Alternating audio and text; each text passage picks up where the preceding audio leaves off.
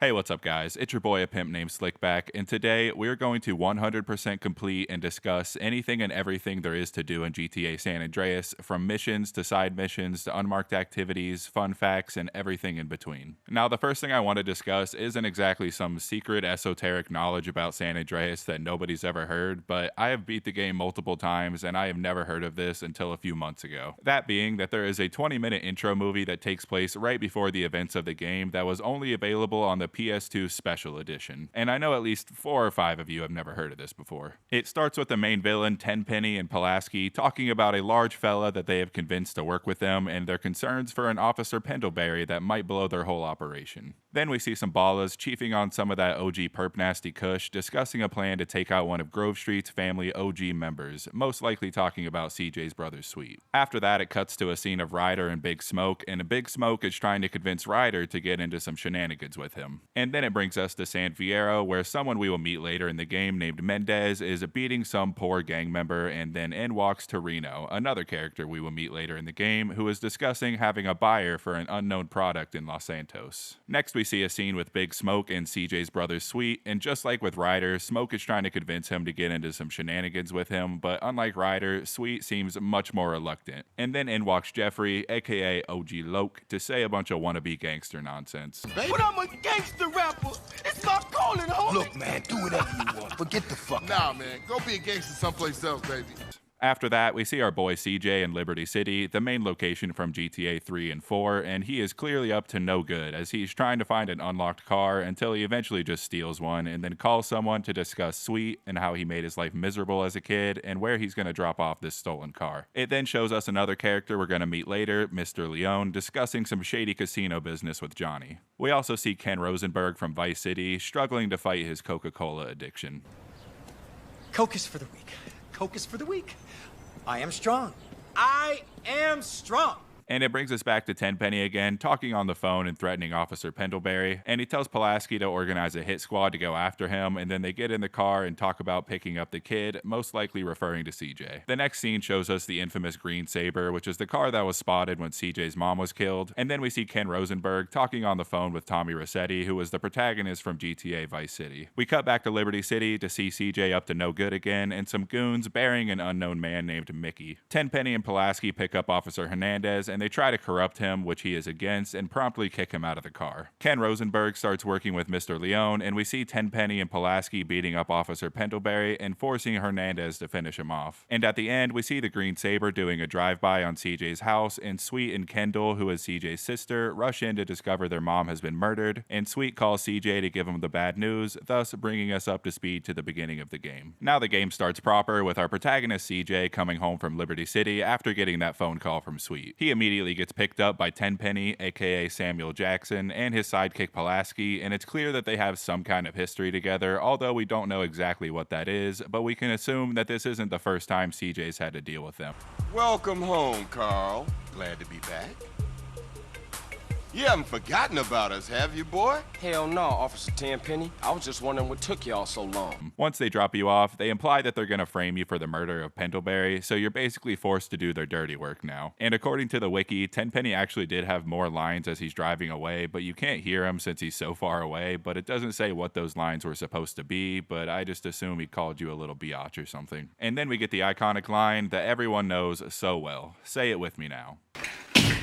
I'm gay. Yeah, I figured. So anyway, I should probably mention that I do have some mods installed, but nothing that affects the actual gameplay or anything, just some graphics mods and a GPS mod for convenience sake, just to bring a little life to the game. And I will have every mod I used linked in the description, and a link to the video showing you how to install them if you feel so inclined. Anyway, our first task is to get on this bicycle and ride back to our old home, doing some sick wheelies on the way for some extra cash, and picking up a gun someone must have stored in this bush for safekeeping. Once we get home, we start the mission called Big Smoke, where he's just chilling in your dead mom's house with a bat, ready to bonk you on sight without explanation. After catching up a bit, he lets us know that it's been 5 years since CJ left, and then we head over to the funeral. And in these sad times, where everyone is grieving at your own mother's funeral, of course your own brother Sweet uses this as an opportunity to make you feel like shit about yourself for not staying in the same place you grew up in for your entire life. Sweet? More like salty, am I right? And after reminding you of all your fallen comrades, he makes it seem like he doesn't like the fact that people in the hood just shoot first and ask questions later, which is very ironic considering the things he asks you to do later on.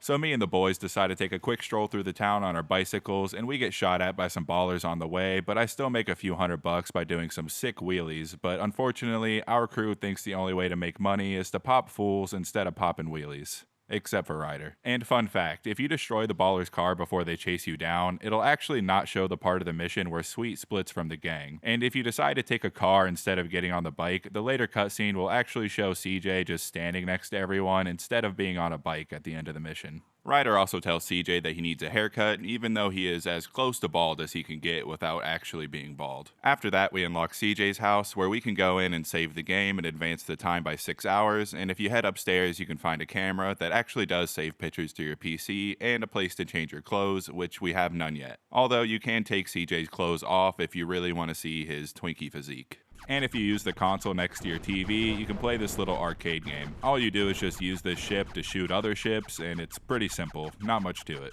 Upon exiting the house, we get a call from Sweet and pull out the biggest phone I have ever seen, and he tells us about all the gangs in Los Santos that are beefing right now, being the Ballas, the Vagos, and of course, Grove Street families. The only mission we have available at the moment is to visit our boy Ryder, who immediately pulls out a gun and forces us to get a haircut. And he's going to be really pissed when he finds out we actually did the exact opposite and grew out our hair long enough to get some cornrows. Unfortunately, he is still not happy with our look and tells me I need to gain some weight, and the game shows us how to look at our stats, and as you can see, my sex appeal is the highest stat because how could it not be? I go into the pizza place and buy myself a Buster meal since everyone keeps calling me that, and Ryder decides to rob the place, even though if he was successful, it probably wouldn't be enough money to cover the $500 hair grow I just got. This a raid. Ryder, not this again. It ain't me, fool. No one else is that small. I feel sorry for your dad. The pizza man retaliates and misses horribly at point blank range, and me and Ryder speed home, and he tells me to go visit Sweet so we can clean up the graffiti in town and make the hood a better place. Hey, CJ, let them know you back on the set.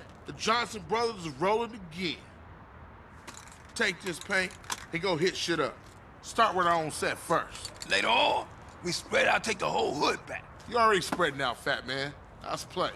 Except no, we're actually just covering it with our graffiti because we don't actually want the hood to be a better place, we just want it to be our place, and I even have to kill a few ballas to make it happen. Never change, Sweet, never change. After dropping Sweet off, we get a call from Officer Hernandez who tells us not to leave town or we will get 4 stars. And we now have our first side mission, which is to finish covering up all the tags in Los Santos, and I have never actually done this before, but I'm going for 100% completion in this video, so I decided to take on the task. And you could have actually done this during the last mission, and it would be a little bit easier since you have an infinite spray can, and if you get too fat before that mission, you actually have to find an alternate route up to the roof since Fat Carl cannot climb. How about a little coffee? No, I like ice cream, not coffee. CJ, remember the name. Luckily, there's a spray can in CJ's house that always respawns, and I wanted to see how many I could find without looking it up, and I spent about 2 hours running around Los Santos finding all kinds of random weapons, like a chainsaw, an SMG, and even a bundle of flowers. And I accidentally walked into this strip club, but I figured I should interact with it for research purposes since I want to cover pretty much everything you can do in this game. And you really can't do much but walk around and get a $100 private show, and oh boy, do polygon triangle boobs get me all riled up. I ended up finding about 36 tags before I gave up and decided to look up where the rest of them were at, and even with the list, it still took me quite a long time, probably another hour or two. And your prize for all that effort is actually pretty damn good. If you go into the kitchen at your house, you will find a micro SMG, a sawed-off shotgun, some Molotovs, and an AK-47 that do infinitely respawn, which will save you some time and money in the early game since you won't have to buy any weapons or visit ammunition at this point. Now we can move on to the next mission, and this one, Sweet is upset about all the drug dealers in the city, and since he's a reasonable guy that doesn't want to shoot first and ask questions later, he wants us to find the dealers and shoot them first and ask questions later. Also, Smoke is noticeably against the idea of stopping the dealers in the city for some reason.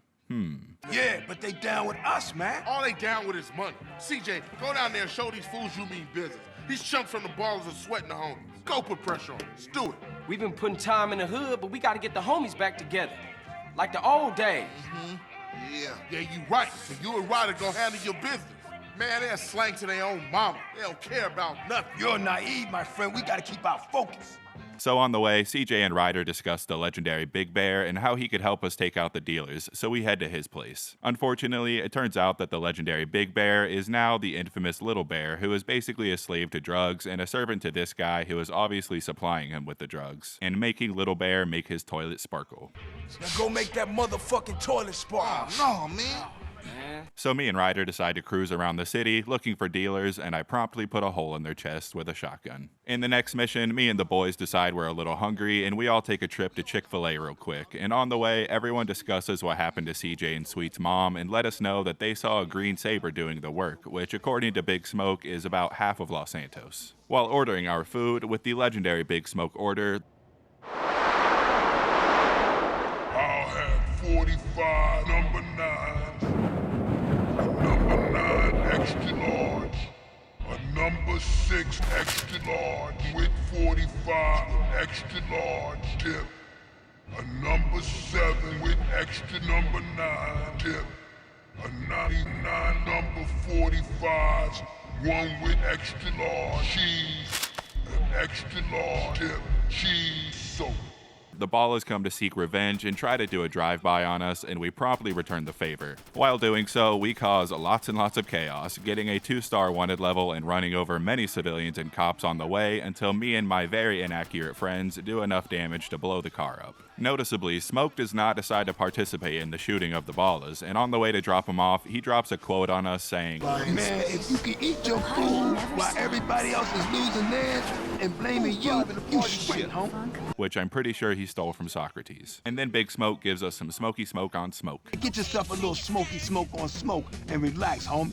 On the way back home, we get a call from Sweet, who tells us that we are too skinny and we need to bulk up. So I take his advice and head to the gym, where we have a variety of activities. We could use the bench press or the dumbbells to lose some weight and gain some muscle, and we could also ride a bike to gain some stamina, which will let us run, swim, and bike longer, but surprisingly, the bike does not increase our cycling skill. There's also a treadmill that does the same thing, but the treadmill is slightly different from the bike because if you don't keep up the power level, you could actually fall off, which doesn't really do much, but it's kind of funny. We also have the ability to learn some new fighting moves, which is a surprising feature to me since you're never forced to fight, but I'm not complaining. Sadly, CJ is still too much of a skinny little pussy, and he refuses to train us until we gain some muscle, so we'll have to come back to this later. Yo, you want to learn some new moves? Man, you're an embarrassment. Get yourself some muscles first. Which is right now, because I just advanced time to the next day, got jacked, and challenged this man. So he teaches you a few new moves, one where you can just run at them and hit triangle to do a running punch, and also a combo attack that looks a lot cooler than the normal punches you have. And now when you knock someone down, you can ferociously suck their pound the snot out of them while they're on the ground, preventing them from getting up. You actually do have the ability to block punches, but in this game, offense is the best defense, so it's better to just keep spamming the attack button than try to block punches and then attack. And the next mission is called 9s and AKs, which is subtle foreshadowing to what we're going to be doing. Somebody has stolen all of our friends' guns, so we need to head to our local sketchy gun dealer instead. And I love that CJ consistently calls out Big Smoke on his bullshit because even he isn't falling for it. What a love at? Shit happens. Seville wrongs temple. Temple wrongs grow.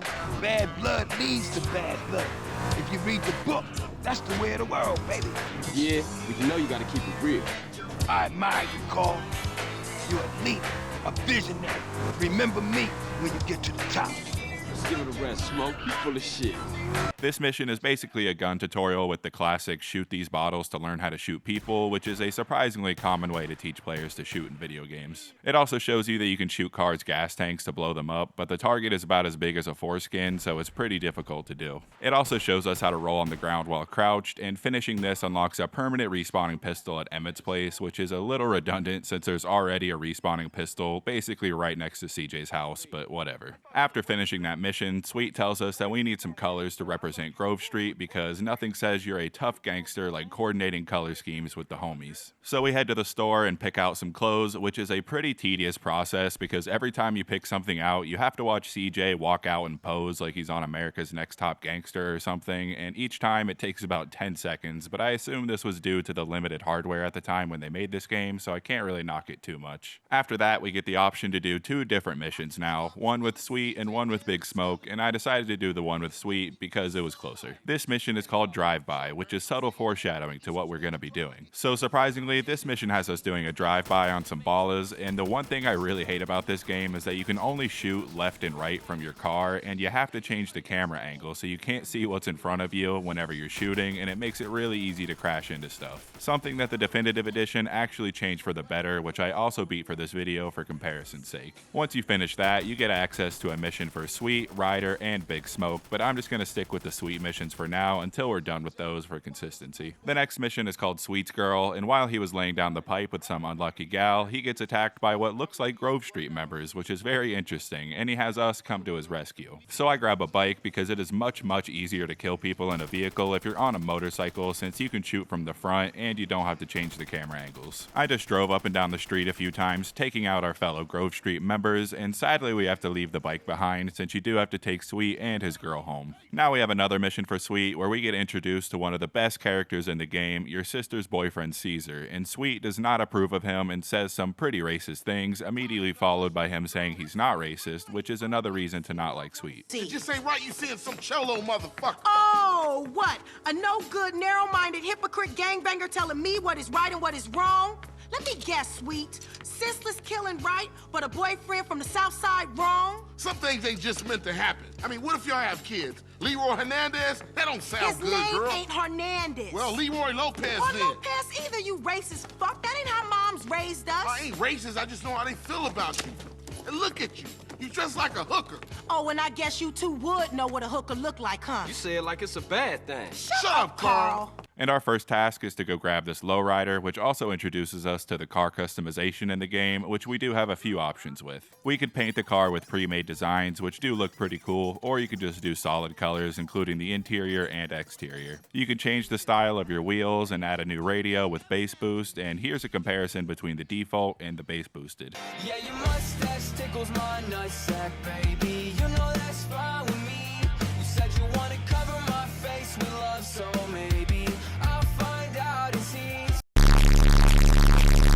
You could also add hydraulics, which a lot of the lowrider cars already come with, and you could add nitrous, which makes your car go extra super duper fast. The problem I have with the hydraulics is that you have to use the right stick to make your car bounce that thing up and down, which means you can't use your camera anymore, which is pretty unfortunate. This is also something that the Definitive Edition changed by making it so you can turn the hydraulics on and off, which you cannot do in the original game. But anyways, we take our super sick car to the car meet and they want to have a bounce off, and I am pretty confident in my bouncing abilities, so I bet a whole stack that I would outbounce these fools. It's a pretty simple game. You just watch for the arrows on screen and move your stick in the direction that you see when it gets to the middle. And the timing is a little bit weird. I like to wait until it's almost moving out of the center, and I feel like that works a little bit better. And I actually barely beat him and got very nervous at the end, but it turns out I can in fact bounce with the best of them, and I almost doubled my money from this little mini game, so that's not a bad way to earn a little extra cash in the early game. And after winning, Caesar's friends try to threaten you, but Caesar steps in to defend you because he is a real ass motherfucker, unlike your brother Sweet. And about 2 minutes after we just saw Caesar, he calls you up to tell you about some illegal street races, so we're gonna do that. So we get ourselves a car, and Caesar warns you that these guys do not like to lose, which never really comes up even when you beat them, so I don't know why he said that. Luckily, most of the races in this game are pretty easy because most of the time the other drivers will end up crashing into each other or something else. And even if you're also bad at racing and your car is magnetized to every pole along the way, you'll still come out on top with plenty of time to spare. We get another 1,000 for winning, and now we're out of Sweet mission, so let's start the Ryder mission, which you can only start at noon at the earliest, which is weird considering we're robbing somebody. And when you find Ryder, he is digging in his yard for something he keeps calling water, and when I was a kid, I had no fucking idea why this man was so obsessed with water and why he would be digging in his yard for it. And I just kind of assumed that they were so poor in the hood that water was some sort of commodity and people buried it in their yards to hide it from some other would-be robbers or something. Now I know it's drugs. So me and Ryder take this van that has magically showed up at his door, which even CJ points out, and this is the first sneaking mission that actually has some stealth mechanics where you need to crouch to make less noise, and you can see a sneak meter in the right corner, which if it gets filled, you'll get caught. It raises more if you walk too fast or bump into walls and stuff, but if you're crouched, you can still move pretty quickly. You need to move through the house and get 4 crates, but you can get up to 7, and if you get all 7, you just get a little more respect, which isn't that great. You'd think you'd get more money for the more more stuff you steal, but you actually get zero money for this mission, but you do get more respect, which you can use to recruit more gang members for your various gang activities. Also, if you eat at Weenie Hut Jr., you could just grab each crate and then walk out the door and put it in the truck and come back, or if you're a Chad that eats at the Salty Splatoon, you could grab every crate and put it next to the door so you don't have to keep walking through the house over and over.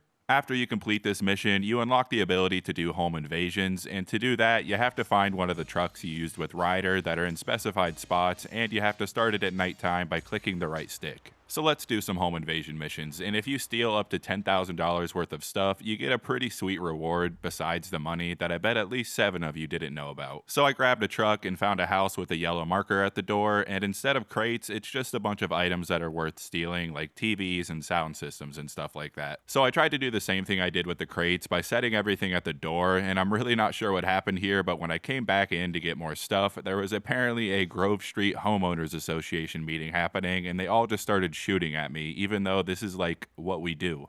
We're gangsters. We steal shit. Why y'all so mad? I actually ran into a few different kinds of people that were just sometimes chilling in the living room, and I thought maybe it would be the houses where the lights are still on, but that's not really the case. It just seems kind of random whether there's gonna be like a pack of goons sitting inside or just some random dude chilling in his living room by himself with no TV on or anything. Luckily, if you make too much noise and it says the cops are coming, if you just walk out the front door fast enough, nothing really happens. Also, if you want to get to $10,000 as fast as possible, I would start the mission as early as you can, because depending on the time you start it is how much time you're going to get to rob people, and the most time I ever got was about 9 minutes, which was enough to get over $5,000 worth of stuff, and if my calculations are correct, is halfway to $10,000. And just park the van in your garage at Grove Street, because there's a ton of houses you can do back to back. When you finally get to $10,000, you'll get a message from the game, an extra $3,000, and you now have unlimited sprint. I don't know why that's the reward the game gives you, and it gives you no indication that it does this, but it's pretty awesome. And to prove it, I put on my light up Skechers, sprinted all the way back to Grove Street, flexing on the hose and my fellow gang members with my infinite stamina. Also, when I was breaking into houses, I accidentally walked into this bar that I honestly had no idea existed, and there's not much to do except play pool and a couple arcade machines. There's this one space game where you get to shoot with a little spaceship, and you can get some power-ups and upgrades for your weapon to make you go from a little pea shooter to a triple automatic pea shooter of death. And once you get that, you can just constantly shoot that baby, and most of the ships can't even make it onto screen before you wipe them out. I didn't know if you would get a reward or anything if you got a certain score, and the current high score was 1,000, so I had to get a little bit more than that and ended up getting 100,000, and nothing happened.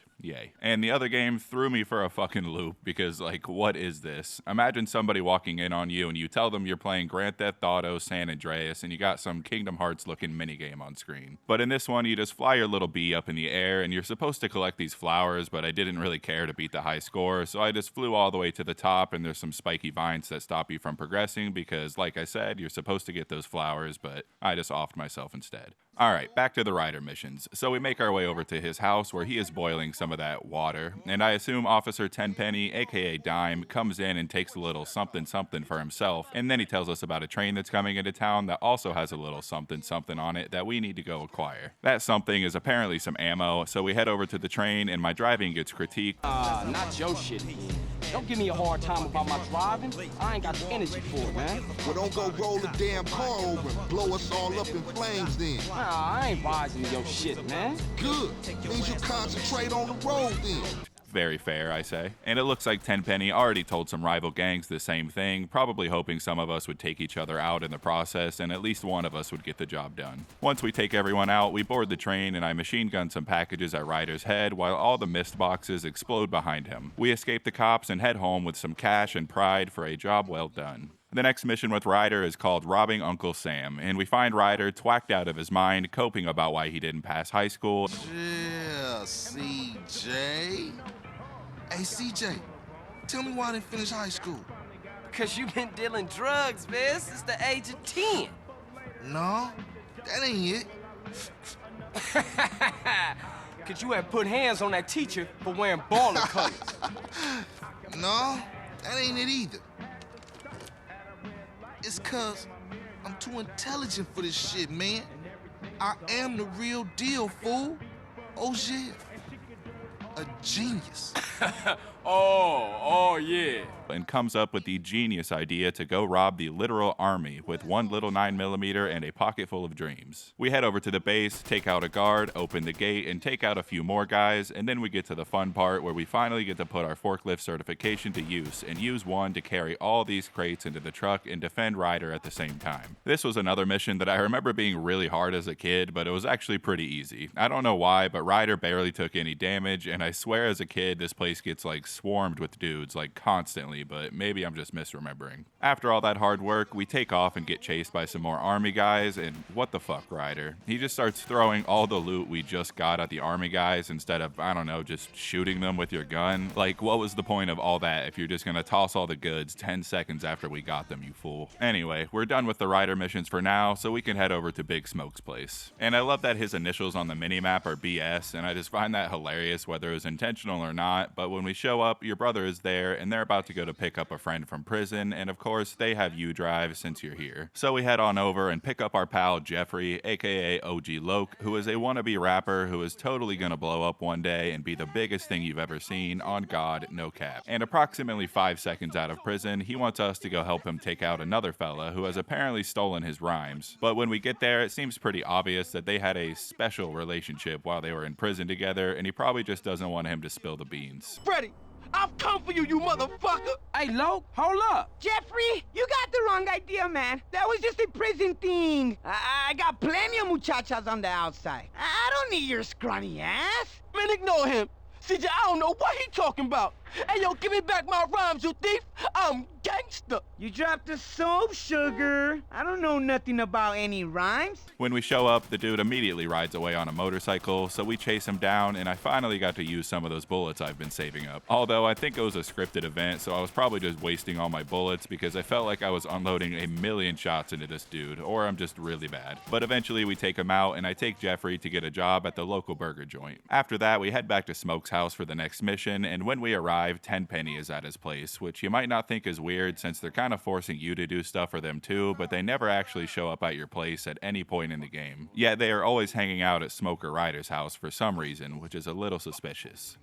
After they leave, Smoke asks you to go pick up his cousin from Mexico, which seems pretty simple until the game tells you to pick up a weapon from Emmett's place just in case. So you can probably guess that it's not going to go super smooth. Oh, and his cousin from Mexico is actually code for that sticky icky devil's lettuce. And of course, Smoke pisses off the dealers and we have to chase them down, and Big Smoke's bitch ass gives up in like 5 seconds, so I have to chase him down. But unfortunately for this goon, I have unlimited sprint, so I catch up to him pretty quick. Okay, well, after putting my spine back together, I chase him down some more and quickly take him out in this alleyway. So I beeline back to Smoke's house for the next mission, and Tenpenny is chilling there again, and yes, this is the infamous mission that everyone remembers from their childhood where you have to follow the train. And I was ready to see if it was really as hard as everyone remembers. Well, maybe it would be if you try to do it the way the game intends, but if you're a real man, you'll do it the way God intended and ramp onto the train and take them out that way. Except Big Smoke's bitch ass still could not take them out before we about got decapitated by the bridge, so I had to ramp off and do it the regular way. And I would have just got off the bike and done it myself, but the game actually would not let me get off when I was on the train. And since you can only shoot straight, left, or right, if you're at any kind of angle, it's basically impossible to hit them. Also, it took me like 7 attempts to beat this mission because I was really trying to prove what a skilled gamer I was, only to prove that I am actually not that skilled. We have one more mission for Smoke, and for once, he is actually honest with us and tells us we are about to get into some heavy shit, and he was not lying. So we take him to some kind of mystery deal with some Russians, and he has you wait outside just in case shit goes down, and before I could even finish this sentence, shit goes down. You have to take out a ton of Russian gangsters, but the game does start you behind cover, so it's not too bad, and eventually we find our way outside and take out some more guys, all while Big Smoke is hyping you up the whole time, which actually feels pretty good.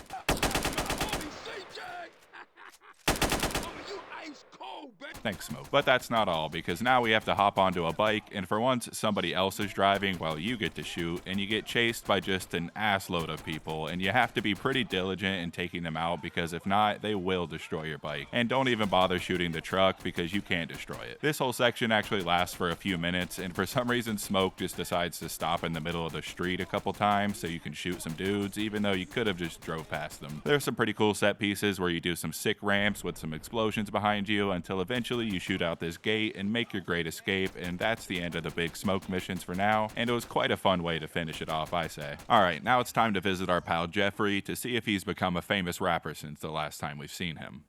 Nope. In fact, he doesn't even have a sound system, and that's where we come in. And CJ states that he doesn't even listen to rap. He only listens to that hardcore gangster shit, which I thought was, like, included in the rap genre, but I guess not. Being real OG, I really ain't into rap no more. I'm more into that hardcore gangster shit. Anyway, we need to head to the beach to steal a sound system, but first, we have to impress them with our sick dance moves. This is pretty similar to the lowrider minigame, except instead of sticks, you're using the buttons, and it's actually a little bit harder. I mean, it's still pretty easy, but they throw a lot of buttons at you at a few parts, and I was missing a lot of them, but I still did end up with a perfect. After that, they decided I was funky enough to get in the driver's seat of their van for some reason, and I take off on them. I went to drop off the van, my game crashed, and I had to bust a move again, but this time I more than doubled my score. And I head back to Jeffrey for the next mission, and this was probably the first time the game actually made me laugh like a little schoolgirl. With a gun in your face, I spit it harder than anybody in the world could do. That It's shit like I sucks.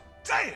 Jeffrey got his feelings hurt from that one, so he wants us to go steal a better rapper's rhyme book by the name of Mad Dog, who I was surprised was not a parody of Snoop Dogg. We head over to Mad Dog's place, and one of my mods must be affecting the rain because I don't think it should be doing that inside, so just ignore that. Anyway, this is another stealth mission where we have to do stealth kills, and it shows you that you could hide in the shadows, and it'll show you that you are super extra hidden by the icon being dark on the cursor on the map. It's a pretty simple mission. You just walk through the area, stabbing a bunch of dudes in the neck until you find the rhyme book. And now, mysteriously, all the bodies have disappeared and it is filled with guards again, and you're given a silenced pistol, which I probably should have used on this guy because for some reason the dude playing video games, who I always thought was Mad Dog when I first played, which it is not since you see him later in the game, sees me and starts shooting me, so stealth is out the window. Not that doing stealth made this any easier, honestly. There's only like 5 dudes, so it probably would have been faster just to go in loud. Once we finish that mission, we get a call from Tenpenny, who tells us that he has a job for us, but that can wait for now until we help our rapper friend make it out the hood. He's having some trouble with Mad Dog's manager, and of course, he asks us to take him out. First thing we have to do is steal one of the chauffeur's cars, but the catch is you can't have a single scratch on it when you get there, so you have to take it back to get repaired again if you do damage it. And then we have to do the hardest thing of all and parallel park. We pick up the man himself and his lady friend, and earlier in the mission, CJ said this dude was like 5'3". He cribbing my style for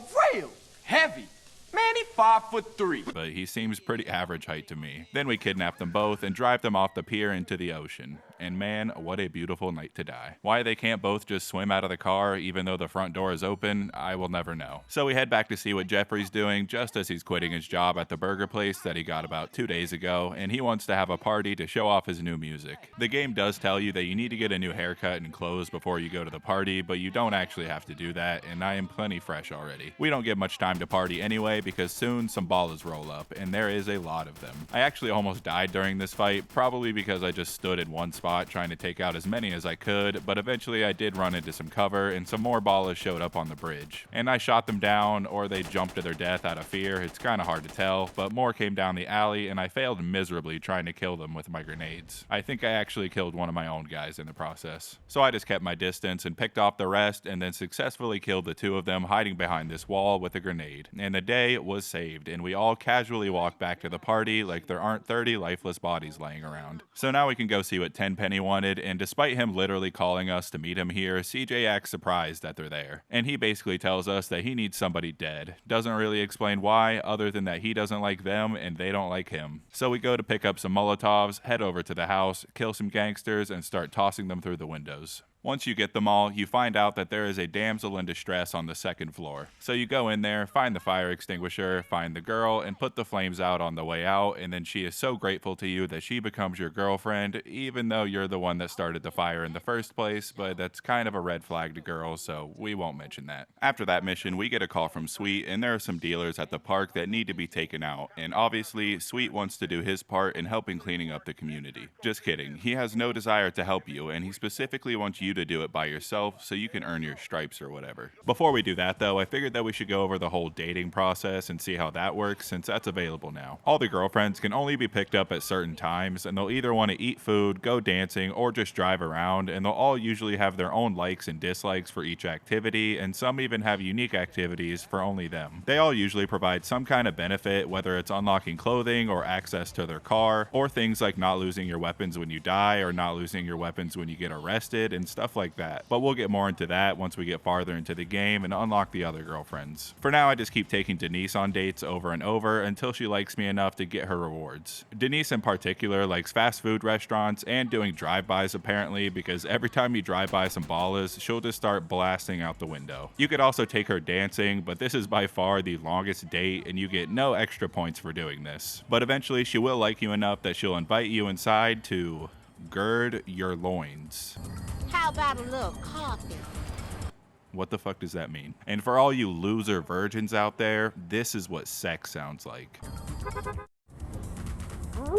Also, since this is a GTA San Andreas video, I feel compelled to mention the hot coffee thing that everybody already knows about. But when GTA originally came out, you can mod the game to turn on the hot coffee minigame, which is something they disabled when they released it, but it was still on the disc and it would let you just do this little sex minigame. You could also give her flowers and kiss her at the end of a date for extra points towards her relationship meter. And if you ever want to get your progress up faster, there's an exploit that you can do where after the date, you take her to the gym and then you just walk in and you'll see the progress update, and then you just immediately take her on a date again. When normally it only allows you to do it once a day, but you can just keep doing this as many times as you can as long as she's still home. Eventually you get access to her car, which does look pretty sick, not gonna lie. And after you get it up to 100%, you unlock the pimp suit. Hell yeah. And as you can see, just like in real life, I have packed on a few pounds after dating this girl for a while, so I hit up the gym to get re-shredded. Alright, back to business. We head back to the donut shop and Tenpenny is still there apparently, and he wants us to go kill some ballas and some Russians so they don't get too powerful together and mess up the status quo. I make my way over to the location and I immediately spot some guys just standing still, begging to get ran over with my car. But it's like the developers thought of that, because as soon as you get close to them, a forklift will drive out in front of you, almost as if they planned this. But they are carrying a red barrel, and you know what that means.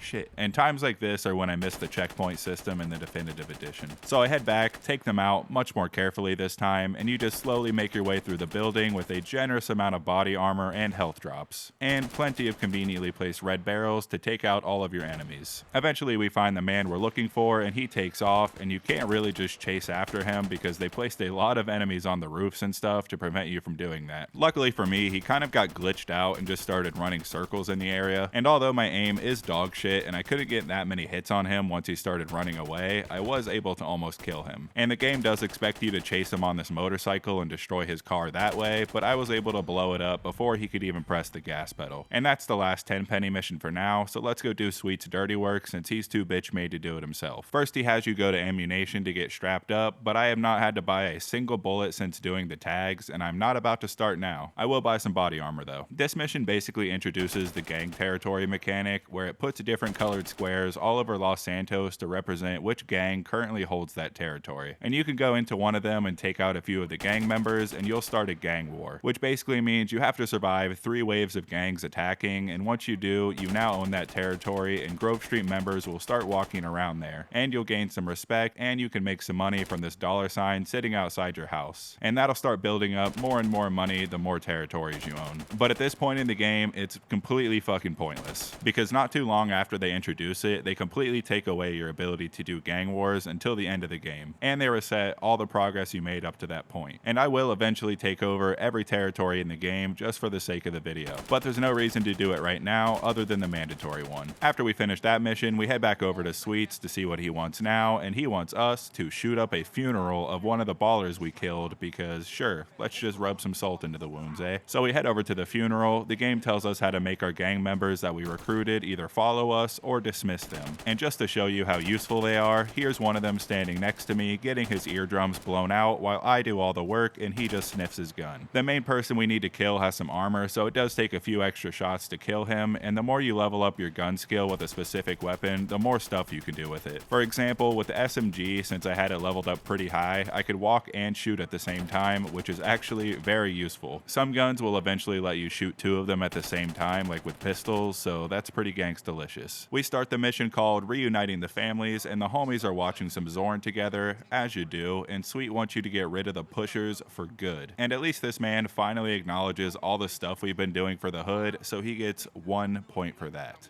1. Why to give CJ a break, man? He's practically turned the Grove around by himself.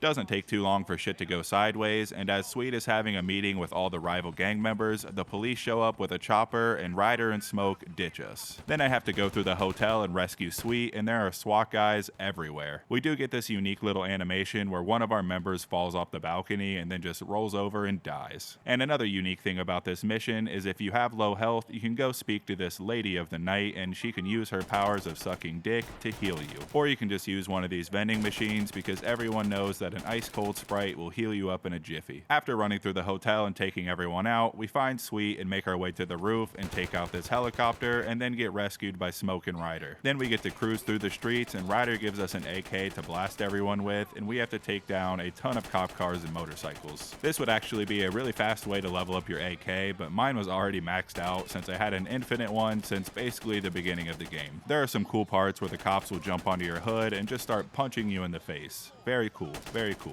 Unfortunately for this one, he gets chopped up to bits by a helicopter, which was also very cool. Very cool. Eventually we crashed through this billboard and I thought my game glitched because nobody was in the car, but it turns out that we all jumped out in time and then we split up. And that is how you solve a drug problem in your city. Mass chaos and taking out hundreds of police. Now we have our final mission in Los Santos for now, called the Green Saber. And if you remember earlier, that's the car that somebody saw when your mom was killed. It starts out with Sweet finally giving us the respect we deserve, but he once again wants to help the hood by going to murder a bunch of ballers. But before we do that, we get a call from Caesar who tells us there's something very important we need to see and it cannot wait. And when we arrive to meet Caesar, it does live up to the hype because we see Smoke and Ryder colluding with some ballers and Tenpenny, and everyone was absolutely flabbergasted. So now we need to go warn Sweet, and as soon as we make it, Sweet gets shot. And CJ decides that while we're getting our eardrums blown out and shot at, this is the perfect time to tell him about Smoke's treachery. So we take out all the ballers and this car does the most insane flip I have ever seen. We get captured by Tenpenny and they take us to the boonies and tell us not to go back to Los Santos, even though we still can and nothing will happen. And after telling us that Sweet is in jail now, he tells CJ to go take out somebody who's got some dirt on them and take a picture of his corpse for proof. But before we do that, let's check out the firing range, since I forgot to do that in Los Santos, which features a handful of shooting challenges, which will get your gun skills up for whatever gun they make you use.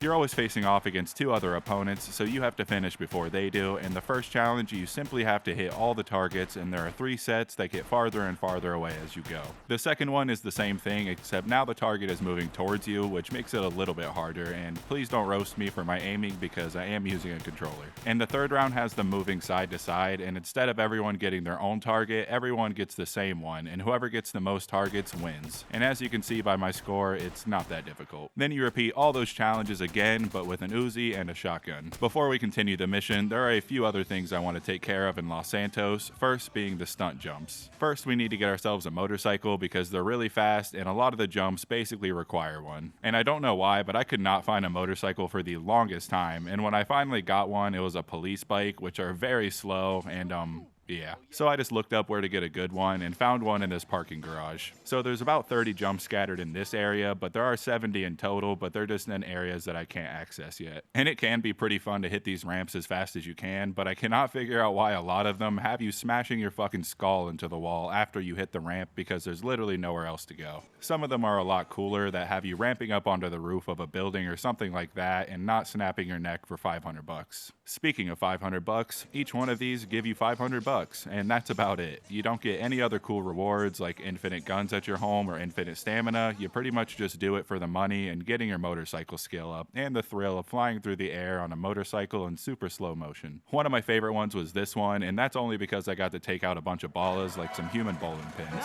There's also this one in Verona Beach, which was ridiculously hard to do. At least that's what I thought at first, until I realized that if you hold the left stick a little bit forward, CJ will duck down a little bit and you gain speed way faster. And once I realized you can do that, I literally got it on my first try, and I didn't even do it that good. I also learned that there's some jumps that you have to undershoot for some reason, because I tried this jump about 10 times and I could not get it until I just did it from a very short distance and got it the first try, so don't be an overachiever, I guess. Alright, let's do Tenpenny's mission real quick and take out the man who has the evidence against all their wrongdoings. So I head back to Mount Chiliad, find the cabin where he's staying, and it is surrounded by FIB agents, which you can take out, but it'll spook the guy and then he'll take off on his dirt bike and you'll have to chase him. So instead, I just snuck my way in and immediately failed the mission because I blew his fucking face off and now he is unidentifiable. So I had to do it again, except this time I shoot his spine apart, take the picture, take out the agents, and drop the pictures off. Once that's taken care of, Caesar will give us a call and tell us about a mysterious cousin who is going to help us out until we get back on our feet. Then Sweet gives us a call from the hospital prison to make us feel bad about the consequences of his own actions, so he's still the same. So we head over to meet Caesar's cousin, and it turns out it is Catalina from Grand Theft Auto 3, and she is pretty intense. She tells us about 4 locations that she wants to rob, and obviously you're going to pick the one that's in the town that you're already in. We fail to stick up the gas station, so she decides, let's just take the gas, so it's just a station now. And the owners would rather blow up the entire town and everybody in it than let us get away with the gas, and they do a lot of damage pretty quick, so it's better to just get out and kill them all before you take off. We drop off the truck, get our cash, and it unlocks a new side mission. These are the trucker missions. There's 8 of them in total, and we basically have to do the same thing that we just did, but all over the state. The first one's not too difficult, just a simple drive with a time limit, and it's annoying that the tanker doesn't start attached to the truck, so you gotta do that part yourself, even though it starts like an inch apart. We drive a couple minutes down the road and drop it off and get paid. After that, we get a call from the Truth, and he tells us about some mutual friends and how he could use my help, but we're gonna put a pin in that for now. And for some reason, I noticed that the mission marker where we had to drop the truck off did not go away, and I tried to mess around for a while and restarting my game and everything, but it did not fix it. So I looked it up, and apparently it's a common glitch, and the only way to fix it is to upload your save file to this website and select the box that gets rid of the markers. And I had to do that pretty much every time because the game will get confused and does not know which waypoint to use, so that was fun. The second mission actually has no time limit, but it's a little bit farther away, and if you damage the truck while you're driving, you actually get paid a little bit less, so you gotta be careful out there and no gaming while you're trucking, boys. Now we start the third mission, and this one's a little bit more interesting because we do have to go even farther, and we get a 3-star wanted level the entire time. Not that it mattered too much because the cops were pretty incompetent because of my blazing speeds with the truck, so we make it to the location and park our truck right in the middle of the street. Fourth mission is a standard go here with a time limit, although they do have you going up these hills and stuff, which makes it pretty likely that you're going to tip over your truck, but luckily they do have the ability to fix themselves apparently. The next one doesn't have a time limit or police, but the goods are very fragile, and you can tell because I lost money just trying to connect the damn thing. And I did have a few more bumps and bruises along the way and lost another 500 bucks, but we got there in the end. And the next one was definitely one of the hardest because it's another 3-star mission, but you have to go all the way to San Fierro. And these cops make it very difficult because they love getting under your truck and making it almost impossible for you to drive without your back end just flopping all over the place. I did manage to get it reconnected at one point, but eventually I just took too much damage and my truck blew up. Luckily, the kind of truck you get is random every time, so I would just keep restarting the mission until you get a truck that they cannot get under easily. Not that that really helped my second attempt because just look at this shit, man. Look at this. How am I supposed to do this? I failed again and again and again, and even failed one time before even getting off the lot. Eventually, after many tries, I finally did pass it, even though I didn't really do anything different. I just got very lucky. Since the points you have to drop off the truck are also random every time, if you get a decent truck in a closer location, it is much easier. And I was really close to missing this one too because the GPS was trying to take me all the way around the area when it was actually just down this hill. But I said screw it and risked it for the biscuit and took a shortcut and actually made it there. And the cops just kind of screw off after you make it to your objective, so that's cool. Sadly, I can't do the last 2 missions right now because you need Las Venturas unlocked, so we're gonna have to put a pin in this for now. So let's go see what the Truth wanted. We arrived to see Tenpenny ripping some of that chronic OG sticky icky, and he wants us to plant that stuff on some do-gooders who are trying to expose him.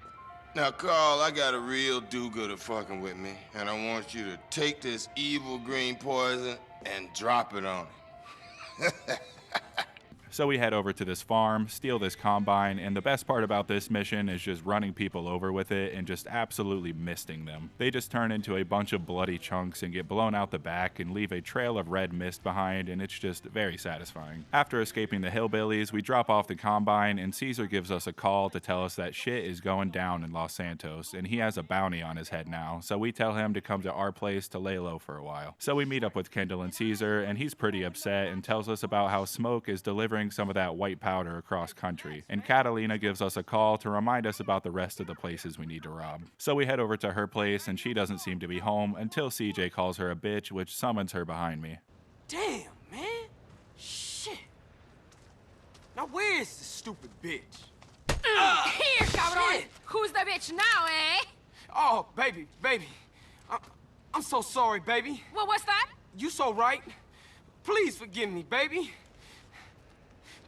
Just don't fucking shoot me, please! She threatens to end my life, and we calm her down by getting her engine running, by telling her all the crimes we're gonna commit together. And she confesses her love for CJ, and he says, cool, yeah, fantastic, all that. Which is exactly what a woman wants to hear. So we head out to rob the liquor store, but alas, some hillbillies had the same idea and robbed the place first, so we have to chase them down on one of their quads. You just have to shoot them all off and then pick up the money, and Catalina does help you, but I have a feeling that I did 99% of the work. Interestingly, after this, on the radio, we basically hear about the crime we literally just committed 5 minutes ago. I heard about this young couple tearing about the countryside, robbing shit. Oh, it's so romantic. Reminds me of when I used to run around robbing everything before I found Dylan in bed with the getaway horse. When we start the next mission, she threatens to shove a grenade in CJ's ass, which he kind of seems into, actually. You get your sorry ass in here right now, Carl Johnson, or I shove a fucking hand grenade up it. Alright, I'm coming. And then she takes us inside to show us what she calls a rack, which when I was a child, my brain was tainted enough to know that a rack can refer to boobies, but it was not tainted enough to know what she was really referring to was some kind of sex contraption that she probably locked CJ in, so yeah, that's nice. And I thought the game just looked real purty right here, so I had a nice look around. I'll kill you if you ever mess around. I will castrate you first, then I will make you eat them. Enough! I need some fucking money. Carl? The next place we rob is some kind of gambling place, and we threaten to kill their children if they press the alarm button, and based on the speed that he pressed the button, I assume that whoever did it absolutely hates their kids. Leave the panic button or I'll kill your children too!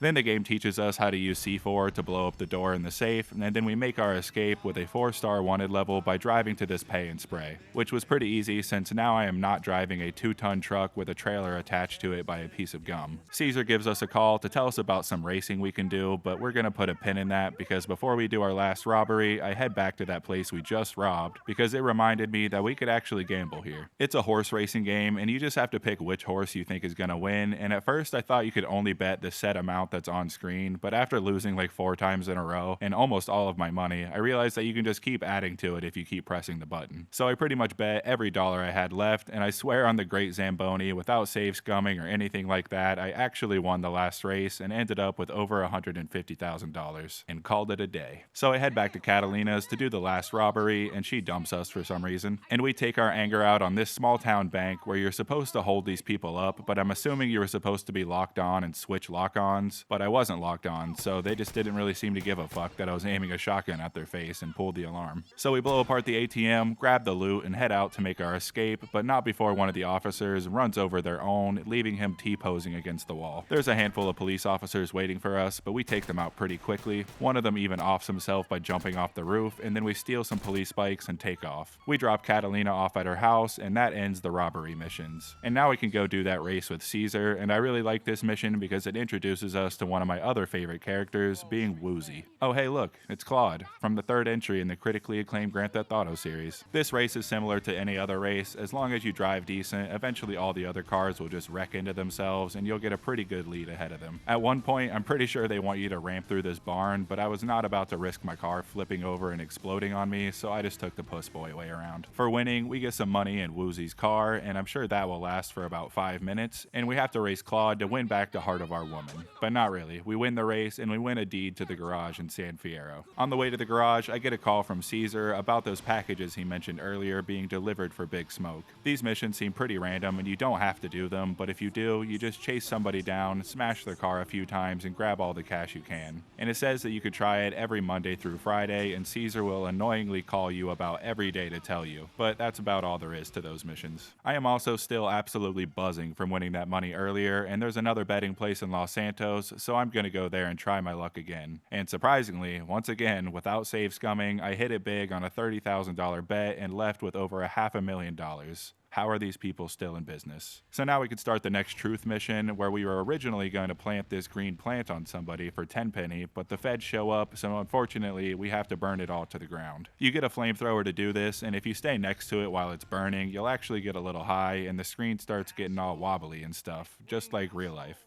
Or so I'm told. Once we burn it all down, we have to take out the chopper with this RPG, and it doesn't help that I'm still high as giraffe pussy, but I was able to hit it regardless. Then we take his cool hippie van all the way to San Fierro to our new garage. But before we start the first mission in San Fierro, I'm heading back to the boonies to do a few vehicle side missions. And the reason I'm choosing to do them here, especially the ambulance one, is because it's all contained in this one town instead of having to drive all over the city, so that makes the process of picking people up and taking them to the hospital a lot easier. So basically, you just drive around in the ambulance with a timer, and you can pick up to 3 people up at a time and drop them off at the hospital, and you get more time every time you pick somebody up and every time you drop them off. And the only real thing you have to worry about is not crashing the car too much and killing your passengers, but it's pretty easy not to do that, and the whole mission is pretty boring, not gonna lie. It takes a good 20 to 30 minutes to finish enough missions to get the reward, but it's honestly pretty worth it because once you do, you get maximum health, so that is very cool. Next, I'm gonna do the taxi missions, but back in Los Santos because I couldn't find one in the boonies, and even if you do, they would have you driving to different towns all over the place, so I would rather just do it here anyway. And for this one, it's pretty similar to the last one. You just pick people up and take them to their destination, and you have a meter for your tip that goes down the longer you take or if you keep wrecking your car, and then just drop them off. And you have to do this a whopping 50 times to get your reward, but not all at once like with the ambulance at least. And for some reason, I could never keep the tip bar very high, no matter how fast I went. Like, it was literally impossible to go faster than I did at some points, but I still always ended up with less than half a tip meter, which feels kind of bad, but oh well. And all of this is going to take a couple hours at least, especially if your game crashes like mine did and you have to redo about 10 of them. But your reward is all the tip money, which is basically nothing, but you also get nitrous and boost jumps in all the taxis, which is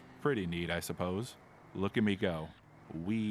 Alright, I'm pretty sick of the vehicle missions for now, so let's save some of those for later and head back to San Fierro. And also, I have a gambling addiction now, so I did it one more time, and I literally won a $50,000 bet on my second try and got almost $1 million in total now. So we go back to the garage we won some time ago, and CJ is pretty upset with the state of it, even though all he did was win a race that took about 5 minutes. So we need to work to make this garage dump a garage home, and the first thing we need to do is drive around town picking up a bunch of the Truth's goons to work for us. We pick up a mechanic, which makes sense. We pick up a hot dog salesman, which, I mean, we gotta eat. Then we scope out this shady black van that I think is scoping us out too, all scopeception style. And then we pick up you, the viewer, and take the gang all the way back to the garage. And remember that Bob Marley wacky tobacco we picked up a while ago? Yeah, we need to plant that on the guy still, so that's the next mission. And for this, we need to stalk and murder a valet real quick to take his outfit, because I guess that's the only way to get one. And the game tells us that we need to wait for a specific car, and it says not to let any of the other valets take your car before you get to it. But every time I've done this mission, it's always the third car, and the other 2 valets are already gone. Oh yes, I am a normal valet. Pay no attention to the bandana covering my face, and I am not up to no good. After we get the car, we take it back to the garage to plant that stuff, and then we take it back to the parking garage and snitch to the police. Upon completing that mission, we unlock a couple things. One being the first mission for Zero, and also the valet side missions, which to do that, you need to put on your valet suit and then go back to the parking lot to start it, so we're gonna knock those out real quick. So for these missions, you pretty much do the exact same thing you just did, except without the planting of the drugs. And it's pretty terrible, I cannot lie. You're literally just doing the exact same thing over and over and over. You wait for the car, drive 5 feet away to the parking garage, and you do get a time bonus if you park really, really well, but it doesn't really matter. And that's it. There's no twist, no variation, just doing that exact same thing for about 15 to 20 minutes to pass all 5 levels. And it is pretty awful. Curse be upon ye to whoever made this mission. You do get a reward, minus the money that you get from tips, which is not a lot, but you get the asset for the hotel, which can get up to a whopping $2,000. Yippee. Yeah, this is my least favorite side mission so far. It definitely did not need to be in the game, or at least add some kind of variation, like maybe some gang members waiting for you in the garage, or maybe somebody's in the trunk or something like that, and it just leads to something else. I don't know. It's just bad. All I can say is it's just bad. Anyway, let's start the Zero missions that I mentioned earlier. His missions are pretty notorious for being very difficult, but it's not necessary to beat the game, but obviously I'm gonna do everything possible in the game, so I'm gonna do them. And from what I remember, these missions are indeed pretty damn difficult, especially on PS2 for the RC helicopter mission, because the fuel runs out extra fast on the PS2, but luckily I'm on PC, so it shouldn't be an issue this time. The first mission requires us to go up to the roof and use this minigun to take down Zero's rival Berkeley's RC planes, because they are trying to drop bombs onto Zero's satellites. This was one of the missions I remembered being pretty difficult when I was younger, but I also played it on PS2 and I was like 10 years old, so that probably had something to do with it. But this time was the very first time I was able to get through the entire mission without taking a single hit, which felt pretty good. And I'm pretty sure 10-year-old me would be very proud of 20-something-year-old me. In the next mission, we find Zero hung up by his underwear in the closet as Berkeley has taken revenge, and this is the one I mentioned not 5 minutes ago, where we have to fly the RC plane. We have to use Zero's plane to take out some of Berkeley's men who are doing some delivery missions. Like, straight up murder them, not just take out the cars.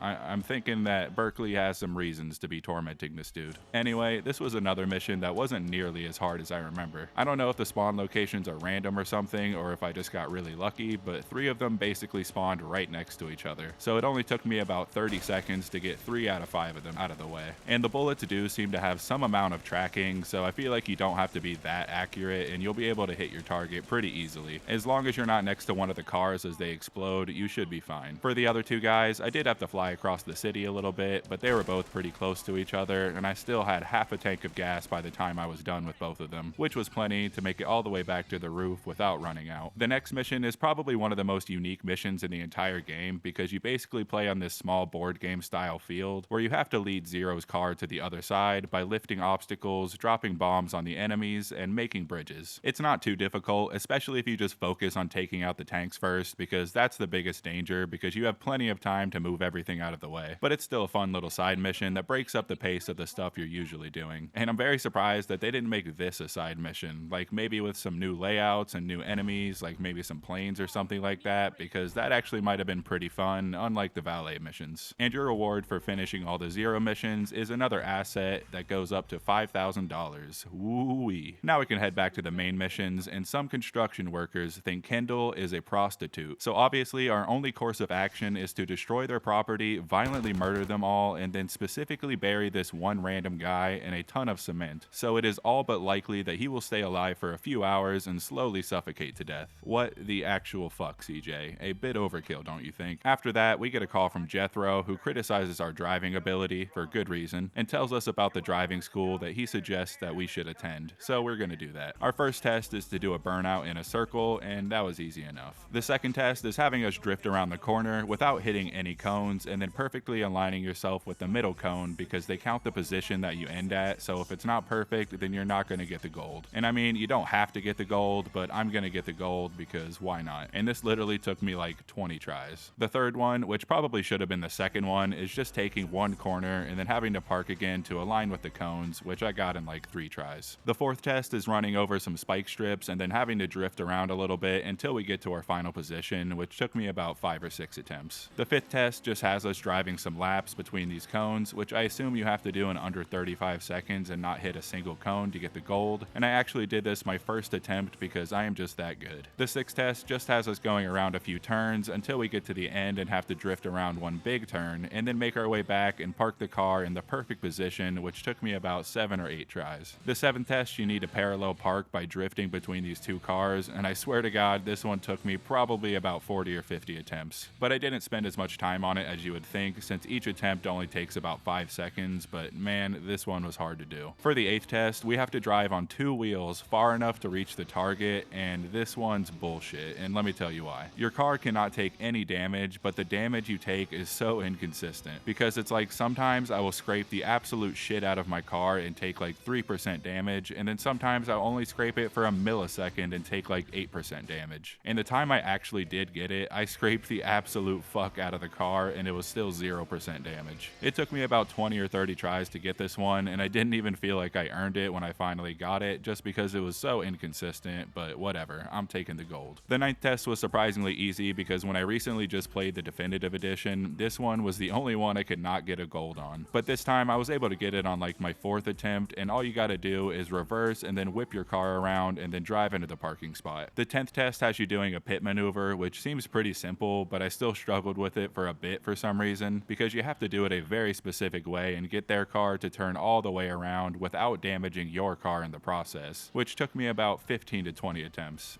The 11th test is also pretty fucky. I tried it about 50 or 60 times without even getting close, like I couldn't even get my car to do a full rotation no matter what, and I just had the feeling that there was something wrong because I did this one pretty easy in the definitive edition. So I looked it up, and apparently it has something to do with the frame rate, and someone suggested to turn the frame rate limiter on, which would limit it to 60 FPS, and that definitely helped. Once I did that, I was finally able to rotate the car, but it usually resulted in me landing so hard that it would flip over. Eventually I was able to get it to land sometimes, but it was still only good enough to get copper. And then I had this attempt, which was somehow a complete fail because I guess my position was off and my heading was off, which I don't even know what the heading means, honestly. And it's like you could literally see the game stopping my car's momentum, and it was just kind of pissing me off because I felt like that one was perfect. And then it happened again, and tell me this wasn't perfect. Look me in the fucking eyes and tell me this one was not perfect. I dare you. And no less than 50 or 60 attempts later, I finally got it. And I don't know how, but I audibly screamed loud enough to disturb my dog's slumber, but this was bullshit. 90% luck, 10% skill. I don't care. I'm moving on. The 12th and last test is a unique one because instead of being on the driving school parking lot, you're in the city for the first time. And you basically just have to make a big lap around the city, only having to hit one target plus the end target, so you can technically take whichever route you want. And to get the gold, you have to do it in less than 2 minutes and take no damage. It was surprisingly not too difficult compared to some of the other tests I had to do. I ended up beating it in 92 seconds, so that's about 30 seconds to spare, and I took 0 damage apparently, despite me clearly scraping the fuck out of my car right at the lead up to the end. But I'm not going to complain, and this just shows how inconsistent some of these tests can be. Okay, we're finally done with the driving test, and our reward for that is getting our driving skill up a lot, and these 3 cars that spawn in the driving school parking lot, which are conveniently placed right down the street from your garage, which is where you're going to be spending most of your time in San Fierro. All 3 of the cars are pretty good too. You get 1 for getting all bronze, 1 for getting all silver, and this last one being the hot knife if you get all gold, which I think is a pretty sick looking car in my opinion. It's kind of similar to the car you get from Denise, but even cooler. Speaking of girlfriends, let's go get another one, who is probably one of the best ones in the game, not because of her personality, because she's pretty weird and gets turned on when CJ wrecks his car.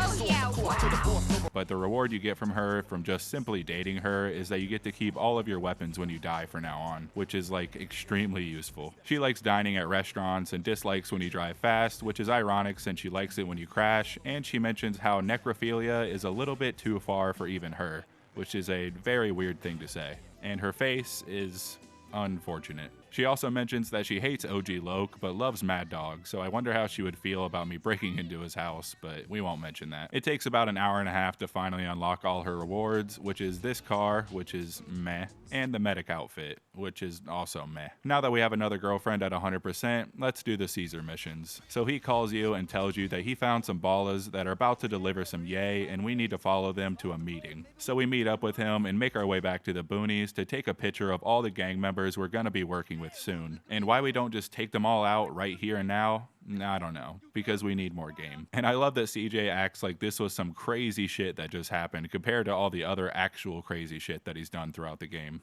That was some heavy shit! We better split up and get out of here. I'll meet you back at the garage, eh?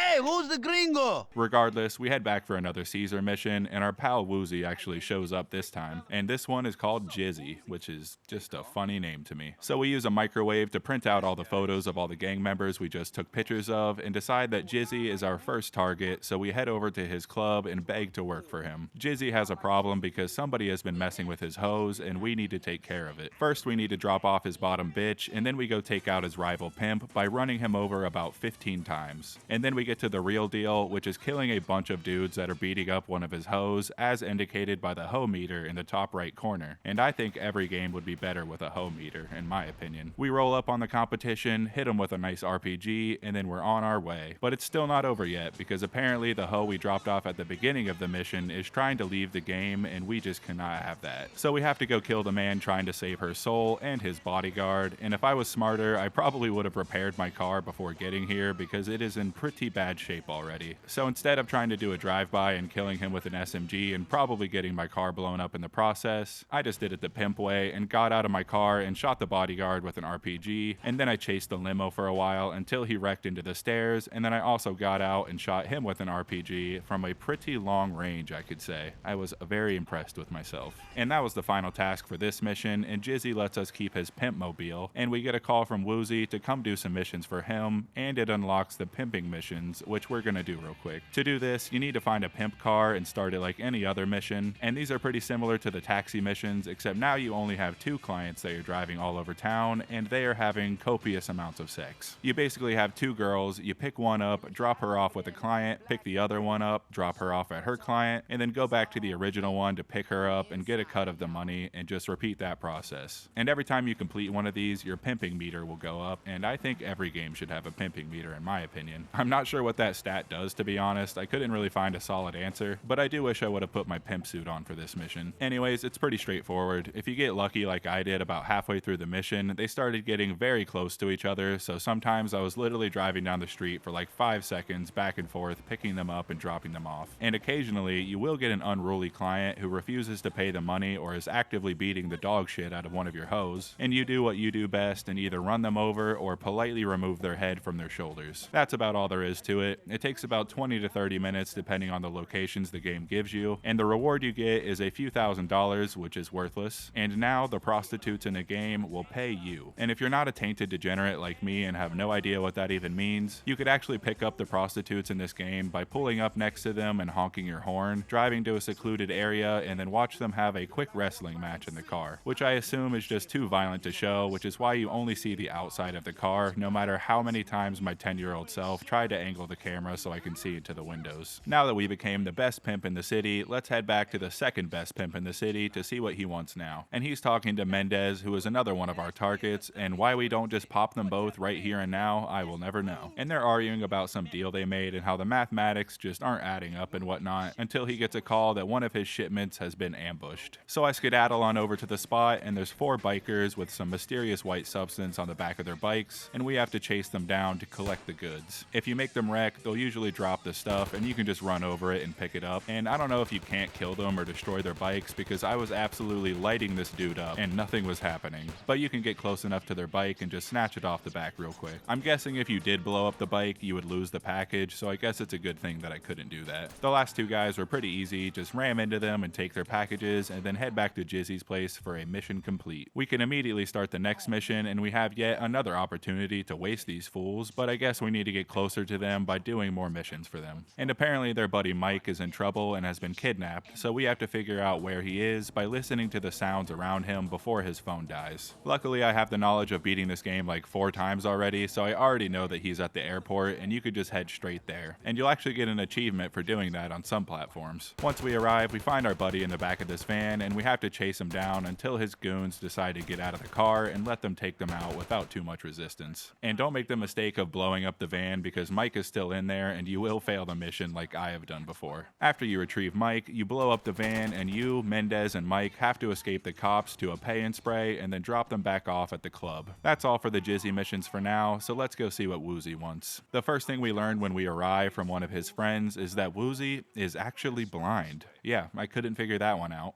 You know of the boss's curse? Curse? Nah. He's blind. Blind? But we was just racing cars last week. Yes, I know. He's blessed with unbelievable good fortune. And the triad that would do anything for him? We call him our lucky mole. Although CJ does point out that we raced him earlier by himself, and they just kind of brush it off saying that he is very lucky. And being blind probably explains why he does not notice that it's pouring rain inside of his building right now. He tells us that he has a problem with some rival gang members, and he's going to show us how to solve the problem without violence for once. So we walk around the block to the spot to find a bunch of Woozy's members dead on the ground, and violence ensues. Well, that no violence thing lasted long, didn't it? We have to protect Woozy, which isn't very hard. You just walk down the alley, blasting all the goons while standing right out in the open because their accuracy is pretty terrible. Which is another thing that the definitive edition changed that I think is for the better, since you actually have to use cover and play a lot smarter, which I find more fun. And they make up for it by giving you checkpoints at least, so I prefer it that way. After taking everybody out, we hop into the car and the game tells you to let Woozy take everybody out, but this motherfucker is blind, so I take them out much quicker than he could. And then you drop him off back at his place and start the next mission. He introduces us to Shuk Fu, who exclusively speaks in grunts. How you doing?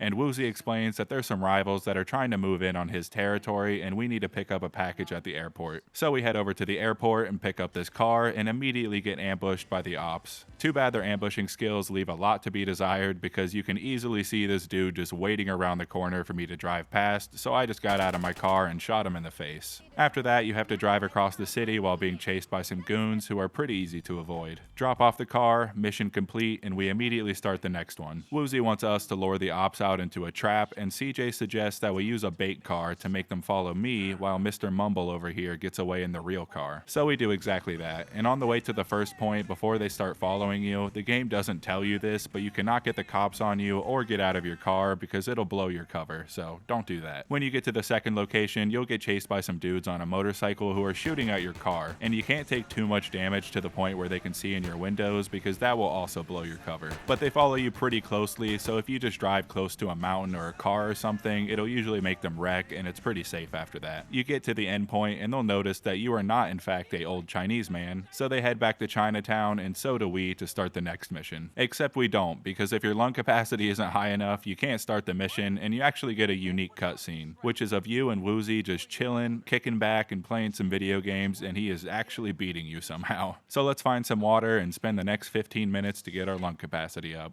That was fun. Now we head back to get the right cutscene where Woozy tells us that he cannot swim and he needs us to swim around in the water, avoiding some Vietnamese gangsters to infiltrate a boat on the harbor. We also get some nice CJ lore where he tells us that when he was learning to swim, a condom got stuck on his face and now he has PTSD about that. And since we revealed that fun fact about ourselves, Woozy reveals that he is blind. Dun dun dun. Listen, man. When I was a kid, swimming off the Santa Maria, I once got a condom stuck to my face. Horror like that stays with you for life. Believe that.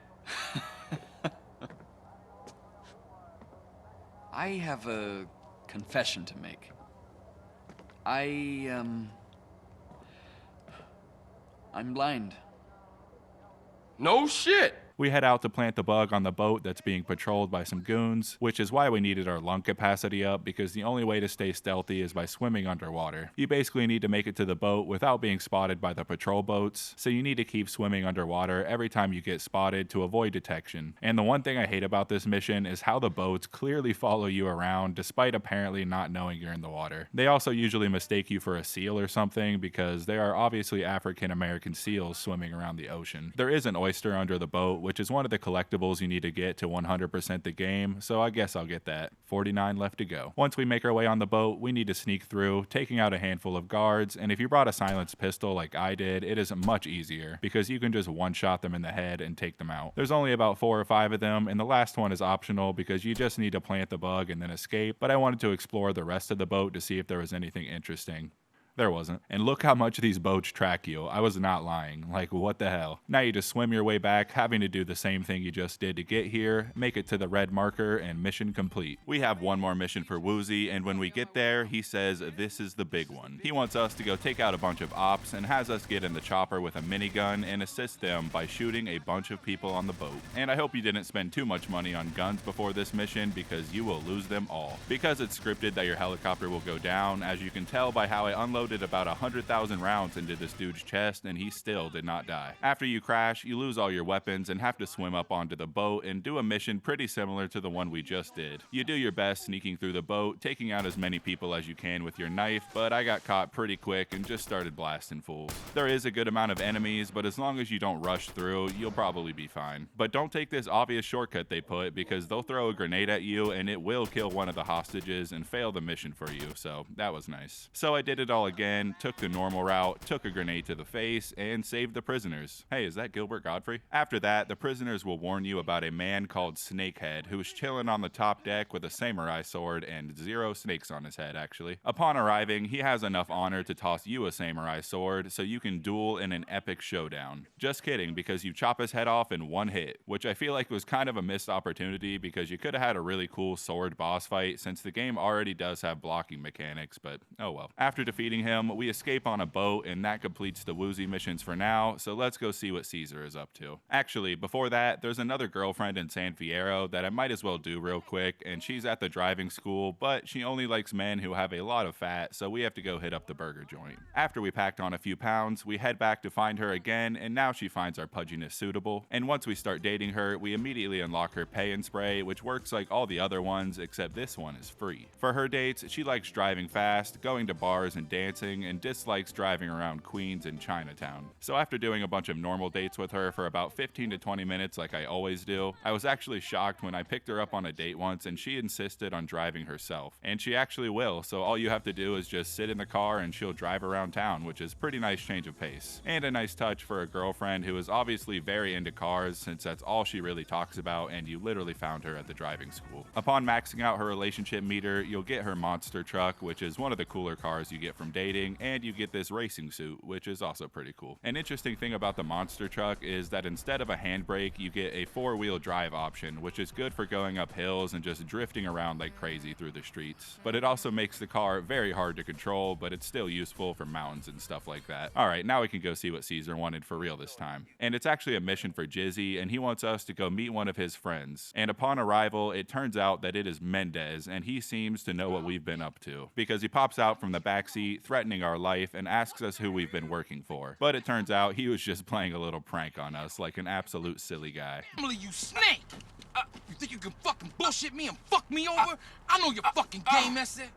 I don't know what you talking about, man. My throat! Who you working for? Nobody! Turn around and look at me.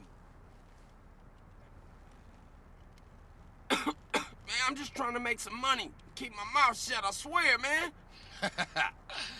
I almost had you, man. I almost fucking had you. What he actually wants us to do is go acquire this motorcycle and make sure a certain shipment reaches its destination. To do this, we need to clear all the roadblocks, which is pretty easy since they provide you with a rocket launcher and a sniper rifle, so you can just blow up all the cars and kill most of the enemies and then pick off the rest with the sniper. There are 3 roadblocks in total, and I actually forgot to buy armor for this mission, but it didn't really matter because I just took them all out from a very far distance before they even knew what was coming, and they just all had a nice RPG for breakfast. You do get a 3-star wanted level after completing the mission, but there's a pay and spray like 5 seconds away, so it doesn't matter. Next, we finally have another mission for Tenpenny, and he reminds us that our brother is still in prison, which I did kind of forget about since I've been pretty busy with more important stuff like going on dates and driving school and whatnot. And yet, another person, this time being a journalist, is trying to expose Tenpenny, and he wants us to take care of him. And this mission has us following another train, although it is much easier than the last time this happened. You gotta follow the train all the way back to Los Santos, and then stalk him as he gets into a taxi until you have a good moment to strike. Just don't park your car on the train platform because apparently that's too close, and even if you back up all the way into the stairs, it will spook him as indicated by the spookometer. So I had to do it again. This time I kept my distance and followed them all the way to the pier. And once he starts the meeting, you just snipe him and the person he's meeting with, and you complete the mission. And since I'm in Los Santos, I might as well gamble. And once again, I swear to God, with no save scumming, I bet $100,000 3 times, and lost. And then I just said fuck it and bet over $200,000 just because, and this time I won over $2 million. This is very easily the most broken way to get money in this game, and I can't believe they even added it, especially since you can get here from the very beginning of the game. And I mean, the only thing you can really do with money is buy weapons and clothes and property, which obviously the weapons do help, but it's not like it's an automatic win or anything if you have a lot of money. At least all the other betting games are much more balanced, although I'll get to those more later once we get to Las Venturas. And I did it again, and on my very next bet, I bet $500,000 and won $5.5 million back. Literally the first bet after my last win. Anyways, back to the next mission, and this one has us heading back to the garage where we finally decide to take out Jizzy. Caesar shows us a silenced pistol and acts like we've never seen one before, even though we already have one in our inventory. Why we need it, I don't know, and why we couldn't just kill Jizzy earlier, especially since we're going to the same club we've been at 1,000,000 times already, I don't know. And they don't even let us in this time for some reason. CJ decides this is now the time though. Also, I'm not sure why they framed this as a stealth mission, because after you sneak through the roof, you can just sprint all the way to Jizzy and nobody cares or tries to stop you. We just kind of walk our way up to Jizzy without anybody caring, even Jizzy, or Jizz as the hoes call him. You better make a bigger cut this week, Jizz. We running low, honey. Shut up, bitch. I'm handling business. Don't you even raise your voice at me, No, asshole. shut up, bitch. You funky ass. Once we meet up with him, we expose ourselves as a traitor and don't just shoot him in the face right here and now, even though we have the gun pointed at him. So he takes off. So now we have to take down all his guards on the way out of the club and then get into a car chase. My original plan was just to blow his car up with an RPG before he could even leave the parking lot, but you do need to get his phone from him, so I figured destroying the car might fail the mission. But once you do enough damage, Jizzy's car will catch on fire and he'll get out and hop up onto your hood, making it very easy to run him over. Unfortunately, I got a 2-star wanted level, so I quickly grabbed the phone and then got into a phone call, and the cops were caring enough to stop the chase so I can talk on the phone without interruption. And in that phone call, we declare that we are going to take down the rest of the syndicate. So we head over to Pier 69. That's the number. And we meet up with Caesar to take down Mendez and the rest of his goons. And as luck would have it, Woozy and his gang decide to come help us out, so we have to take out everybody on the roof so they don't die. And CJ pompously states that his bussin' was tight. Man, my bussin' was tight. And I can confirm that it was in fact tight. So we head on over there for a full frontal assault to take everybody else out, except we don't, because Caesar apparently needs me to hold his hand while we cross the street. I snipe a few dudes here, I pop a few dudes' heads off there, and since Caesar is still kind of stuck in this loop of running around this car that I am very afraid is going to explode at any moment, I just use my sniper to take down Mendez from a distance. Once he's taken out, Ryder finally reveals himself in a very unclimactic way, since, you know, Ryder was like one of our best friends, and we did do a lot of missions with him at the beginning of the game. And it seems that there's no new dialogue, and he just reuses old lines from earlier in the game. And there is a rumor that the voice actor for Ryder left the project due to a pay issue, but I could not find anything to confirm that that was true. And the voice actor for Ryder himself said that that was not true. So it's still a mystery as to why they seemingly reduced his role in the game, but oh well, we'll probably never know. Ryder tries to tempt us into chasing him on a boat, but why do that when you can just shoot him in the head with a sniper way before he gets there? And even if you did chase him on the boat, there's no unique dialogue or anything that makes us feel like we're taking out one of our best friends, so this whole thing just feels kind of odd and, like I said, very anticlimactic. There's actually a beta version of the photo opportunity mission that we had to do to take pictures of everyone earlier, and remember when I mentioned that CJ was acting like we just did some really crazy shit when all we did was climb up onto the roof and take pictures? Yeah, that's because in the original mission, you were supposed to use a helicopter and fly near the meeting to take the pictures, and then you start getting shot at and have to land the helicopter before it explodes. So that makes those lines make a lot more sense. But I'm assuming they changed that because at that point, CJ did not know how to fly yet. Anyway, time to take out the last member of the group, being Torino. He's about to pick up a shipment and take off on a helicopter, and we're going to make sure that that helicopter does not reach its destination. So we get to the spot and I get surrounded by thugs and realize I also did not buy armor for this mission. But it still doesn't matter because I frantically take everybody out while getting lit up myself. And the helicopter takes off and I take off after it, until I realize that I forgot the rocket launcher. So I go back and these crazy motherfuckers give you 60 goddamn rockets, so that's pretty helpful. Luckily, the helicopter is nice enough to wait for you on the highway while you scramble back to get the rocket launcher you forgot, and then you need to chase it down until you find a good place to stop and shoot it down. There are a bunch of cops chasing you and making it much more difficult, and I came pretty close to dying during this mission, but I didn't, and shot Torino's chopper down, but interestingly, we never saw Torino's face or him get in the chopper or anything like that. We head back to the garage for the next mission called Yay Kaboom Boom. Carl is understandably upset that we had to kill his friend Ryder until Caesar tells us that Ryder tried to get frisky with your sister and accuses you of not having a boner for some reason. Fucking Ryder, man. That was my homie. And I killed him. Fucking midget deserved it, eh? Little asshole tried to bang your sister, you know that? No. For real? Shit. Maybe you right then, man, but... Cheer the fuck up! You're going soft on me, man.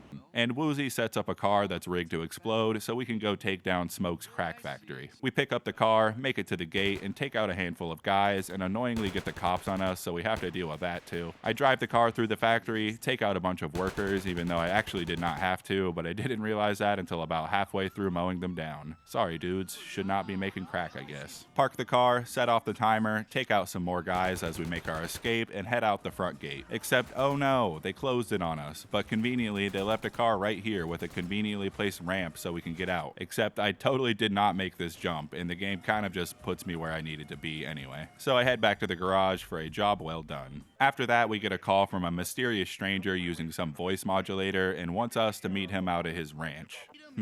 And after we got that mission, it actually unlocks the rest of the map and another mission where we need to acquire some vehicles to make our business look legit. So we're gonna do that real quick. We purchase the showroom property, head back to the garage for some well-deserved relaxation, but Kendall is not having it despite the vast amount of insane shit we've been doing to keep us afloat. So we decide to get to work collecting some desired vehicles, and the first one has us using this tracker that Zero made for us. I caught up to the car pretty quickly, and I was pretty confused on what I was supposed to do, so I kind of just started wrecking into her car and attempting to get out and steal it, but this bitch drives erratically, to say the least. Like, what the actual fuck are you doing? So I just kind of followed her for a while, hoping she wouldn't blow the car up, until eventually she got stuck in this bush for a while, and in case you're wondering, you physically cannot steal the car because it's locked. And at that point, the game finally gave me the message that I need to do a pit maneuver on the back of her car to make her spin out and suddenly lose the ability to drive, I guess. So now you can steal the car and take it back to the garage, which unlocks the ability to modify sports cars at your garage, and tells you that any of the cars you steal for them will show up in the showroom for you to use. And where do we get these cars to steal? Well, first we gotta do the next mission called Test Drive, where Caesar will accompany us on going to steal a couple cars. I actually forgot to record this mission, but all we did was steal 2 cars, drive around the city for a little bit, and then make it back to the garage. The next mission is another car stealing mission, and Kendall does acknowledge how far we've come from Grove Street. Hey, we're almost living a normal life, huh? This is far from Grove Street, right? Yeah, I know, but I just can't get it out the back of my mind. Moms, Sweet, Smoke. I just can't let that go. I know. So what we gonna do about Sweet? See, it's a shitty situation, but I gotta let it play out a little longer, okay? Okay, but be careful. We ain't trying to lose you again. And we talk about Sweet for a little bit and decide we need to let stuff play out a little bit more before we can decide what to do with him. And then me and Caesar head out to steal that car. So we head down to the docks in a unique mission where we have to use this crane to lift all these crates to find the car that we're looking for. And in my case, it is always the 3rd crate, so I don't think it really matters which one you do first. Once we get that, we get ambushed by some triplets, take them out, and it turns out they were actually quintuplets, and take them out as well and take the car back to the garage, which finally unlocks the import-export side missions where we have a list of cars that we need to acquire on our own. This is required for 100% completion, so I decided to do a few of them real quick. There's 30 cars in total, and you need to walk up to this board in Eastern Basin to figure out which ones are on the wanted list, which does change after getting the first 10 cars and then the next 10. Also, when you do bring the cars back, you can start importing them for yourself, which is just buying them basically, which does depend on a certain day of the week to get certain cars, which I don't know why, but it is a nice way to get a certain car that you want want. When a car is on the wanted list, it does have a specific spawn location in the world, or you can just find them driving around and take them back that way if you wanted. When I was about to head out to get the first car, I grabbed this bike and it started this mini game which I honestly had no idea existed. All you have to do is collect all these rings on this motorcycle, which isn't too difficult. Most of them are pretty easy to get, but the last few do have you ramping up to get them, which can be a little more difficult, but I did it with plenty of time to spare on my first try. So after that little detour, I headed out to the spawn location of the first car in Los Santos and drove it all the way back. And you might as well use the pay and spray right next to the drop-off point, because if the car is damaged, you will make less money. And don't get run over by a semi right after you fix it like I did. Once you get back to the dock, you can use this crane or just drive it up the ramp, which is much easier, and I probably should have done that because I did fuck my car up a little bit with the crane, but I only lost a little bit of money. And you actually get $35,000 for that car, and some cars are worth over $100,000, which is actually definitely worth it. This is definitely one of the highest paying side missions in the game, and it's not very difficult to do either. I'm not going to bore you with showing me get every single car because it is exactly what you'd expect. You find the car at the spawn location or just driving around, and then you bring it back to the docks, and then you put it in the spot. I decided not to do them all right now just because I really didn't feel like it. So I head back to Caesar, and he is very upset that he can't get a certain car because she is just too fast and furious for him apparently. But the crazy bitch, she drives like the devil. I've been following her for hours, but she stopped for nothing. You'd have to ram her off the road in order to get a chance to get her car, and you know a wrecked car is no good to us. I swear she's playing with me. Dude, calm down. So we get into this car, which inexplicably already has spike strips installed, drop them in front of the car, fix the tires with some magic goo, and take it back to the garage. That's the last of the car missions, and we unlock the asset, which gets us up to $8,000, so not too bad. I decided to head over to that mysterious stranger's house who called us earlier, and he doesn't tell us anything useful because first he needs to see what we're made of by making us drive a monster truck all over the place for some reason. I don't know what this proves, but apparently it's pretty important to do it. The monster truck is similar to the one from our girlfriend in San Fierro. It has the 4-wheel drive, and it's not too difficult. It only takes a few minutes, and you can tip your truck over pretty easily, so try not to do that, you know? We make it back to the ranch in second place, but it doesn't matter as long as you finish. And in the next mission, the mysterious man reveals himself to be Torino. Wait, what? Yeah, this is why they didn't show you his face during that mission. He has a job for us where he needs us to steal a truck, and then he says this line. Government agency.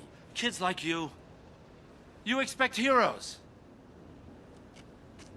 We're fighting a war out there. I'll be a hero and I'll lose. And what do we have? Communism in Ohio. People sharing. Nobody buying stuff. That kind of bullshit. Which I just thought was really funny for some reason. But he tells us that we need to get Caesar, but not what the truck is, so we get him and go get the truck for spooky government reasons, apparently. We just need to stay close enough to the truck so Caesar can jump onto the side of it and steal it himself. And once he does, he makes us drive, because of course he does. We drop it off at the garage, even though the back definitely fell off, which I assume is the part he wanted, but whatever. And Torino has yet another task for us. And he holds the fact that he can get Sweet out of prison over our head, which is the reason we're doing all this stuff for him without questioning it, even though he calls Sweet collateral like 2 seconds later. He's your brother, but to me, he's just collateral. And 2 more seconds later, he says if a prison guard does touch him at all, he will go home and have his entire family murdered. Real motherfucker right there. He gets touched. A prison guard goes home and finds that his wife and kid have been murdered.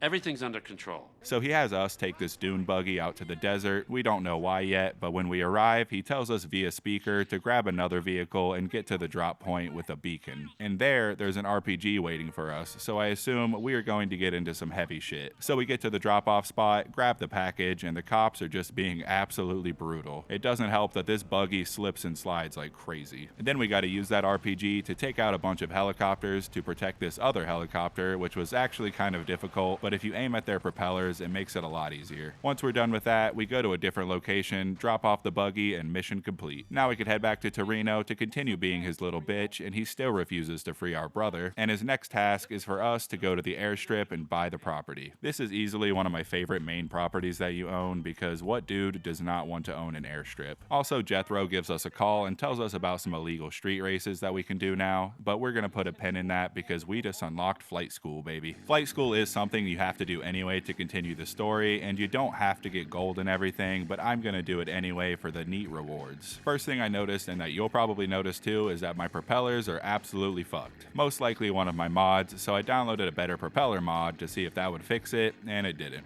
Oh well. First task is just to fly through a couple rings in a straight line, but you do have to do it in 30 seconds or less to get the gold, and it actually took me like 3 or 4 tries to get this, and when I did, I got exactly 30 seconds, and I don't know how I would be able to go any faster since you're literally just going in a straight line. The second task is just landing a plane, which is simple enough, first try. The third task just wanted us flying a circle around the airstrip, also very easy, first try. Fourth task is the same thing, except you also have to land, and you have to land straight or you don't get the gold. 2 tries. Fifth task is with the helicopter now, and they have you fly up into the air, tilt around a little bit, and then fly over to this red ring. I think you need to do it in under 30 seconds, which I didn't the first time, but since you know where the red ring is going to be the second time, you can just head over to it while you're doing the other tasks. 2 tries. The sixth task is just flying forward and landing. 2 tries, because I majorly overshot that shit the first time. Seventh task is one of the harder ones because we have to take out some of these trucks on the runway, and the only reason it was hard for me is because I kept running into this fucking mountain. If you run into the mountain, you apparently just automatically lose, but after you take out the trucks, you also have to take down these 2 moving vehicles, which I found easier just to use the machine guns instead of the missiles because they seem to have some amount of tracking to them, and after you destroy those, just land the helicopter. And I don't know what the time limit is to get the gold, but I thought it would be under 60 seconds, but I got like 66 seconds and still got it, so yeah, took me about 6 or 7 tries. Eighth task is just doing a little loop-de-loop, and I don't know what the requirement is to get gold, but the first time I got silver, and then I just basically did the exact same thing the second time and got gold, so you know. The ninth task is doing a barrel roll, and I did the most jacked up, fucking wonky looking barrel roll possible and still got the gold, so you know. The 10th and final task has us not flying, but actually parachuting. And I went skydiving in real life once, and right before we were about to jump, everyone started freaking out because I guess the strings in our backpack were hanging out, which could have got caught in the propellers and killed us all, which turned a already somewhat scary situation into a way scarier situation, and I actually have it on video somewhere, so that was fun. I'd still go again, just not at that place. Anyway, you just have to land in the very middle of the target in less than a minute, which isn't too hard as long as you don't pull the parachute when the game tells you, because it takes forever to get to the ground from that height, and it did take me about 5 or 6 attempts to get it though. But with that, we have finished flight school, and we get a call from Woozy to meet him in San Fierro. And our rewards for getting copper, silver, and gold and everything are these 2 planes, which are kind of neat, but the best thing for gold is this helicopter, which have all the guns and missiles on it from the task where we had to blow up the trucks, so that's pretty damn sweet. And you could actually do the vigilante side missions with the helicopter, and if you don't know what those missions are, you basically need to get into a police car or a bike and have to chase down a bunch of criminals. And this is one of my favorite side missions and probably has one of the best rewards. I did attempt to do it earlier in the game on a bike, but I failed pretty miserably, so I just didn't even put it in the video because I figured I'd save it until this point, so let's do that real quick. So you need to get through 12 increasingly difficult levels, but with the helicopter, it is stupid easy. It starts off simple with 1 car, and then eventually you'll get 1 car with a guy with a gun, which doesn't matter because he is a puny little man and I am a helicopter. And eventually it escalates to 2 and then 3 cars that are all fully armed, but even then, none of them have rocket launchers or anything like that, so they pretty much pose no threat. Just don't accidentally fly over Area 69. That's the number, because they have some automatic missile launchers that track you pretty well, and they will probably hit you unless you are a god at maneuvering. Anyway, it took me about 5 to 10 minutes to finish this, and your reward is getting a good boost to your max body armor up to 150% now, which is pretty nice, especially if you already have the health boost, which we do. Might as well knock out the firefighting mission since I'm in this grind set, so I head back to Los Santos, find the fire truck, and begin it just like any other vehicle mission. There are 12 levels in total, and it's pretty much exactly what you would think. Well, I actually thought I was going to be going to random houses and putting the fires out there, but it's actually vehicles and people technically, because once you put the car out, the people that are sitting in there will for some reason get out and also be on fire. Then they start running around, so you need to be quick to put them out, but even if they do run too far away, they'll usually just stop running, so you just drive up to them and spray them with your ultra high powered hose that would probably peel their skin off in real life. And that's pretty much all there is to it. The longer you go, the more cars there are, but that's about it. It probably took took me about 15 to 20 minutes, and your reward is okay. Once you complete them all, you become fireproof, which is kind of nice, especially if you're a little pyromaniac with the Molotovs, but there's not many instances in the game that I can think of where being fireproof is all that helpful. It's still pretty cool nonetheless. What else is cool is gambling. I bet $5.5 million on my guy Teal, and I lost.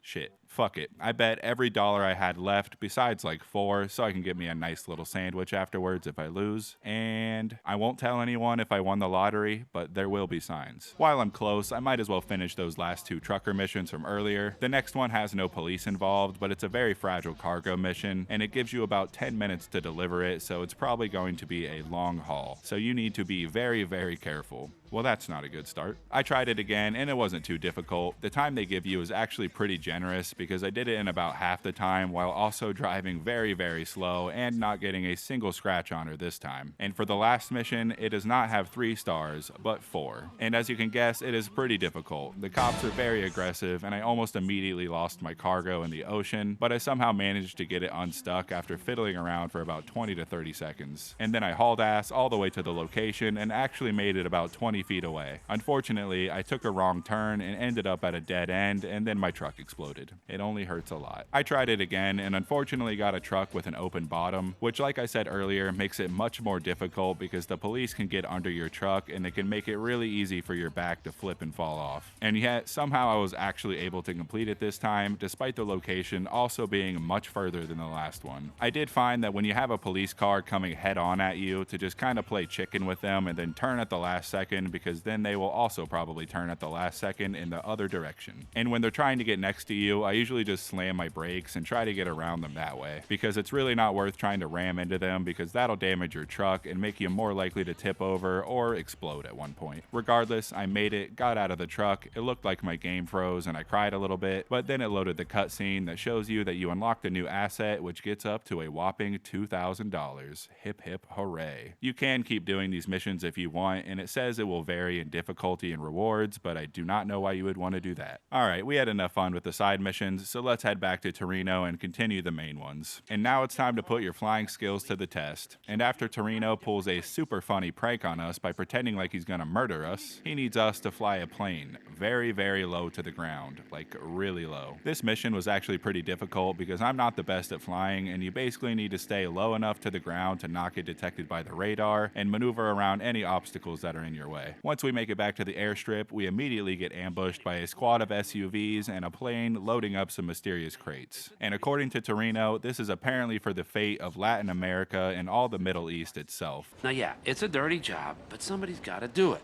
But if you screw this up, it causes a tinderbox situation all over Latin America and the Middle East.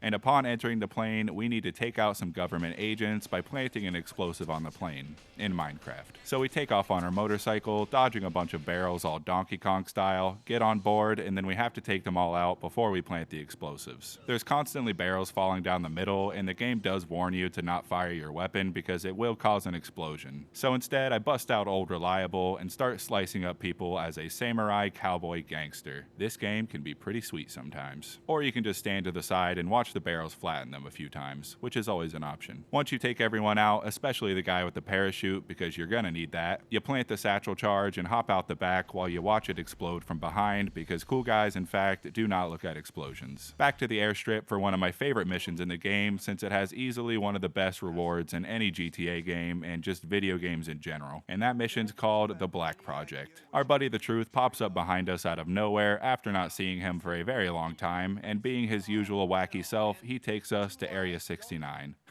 That's the number. And we're supposed to stealth our way through this military base without getting spotted by the searchlights, which you can shoot out. And you could also use these convenient thermal goggles to make it easier to see. And you can tell this mission's gonna be hard because they put some free body armor right at the entrance for you, so you definitely do not want to get caught. So I got caught immediately. But this is actually very easy if you have a sniper rifle, because most of the enemies are way too far to be aggroed, and even if they are, they take their good old sweet time leisurely jogging towards you. The goggles were also kind of a hindrance entrance because the searchlights are apparently powered by nuclear energy and they pretty much blind you if you have the goggles on. And since I got caught, the main entrance is now closed off, which just means we have to take an alternate route through these vents. We take out a handful of guys until I find this minigun, which I was sad to replace my RPG with because I still had 40 rockets. But I can't pass up the opportunity because this was the first minigun I found and it's extremely good and just absolutely melts people in a millisecond. After tearing through the entire facility and running out of ammo pretty quickly and making me really miss that RPG, I make it to the last area where we have to descend these stairs, blasting fools left and right until we make it to the bottom and get our prize, being the goddamn jetpack.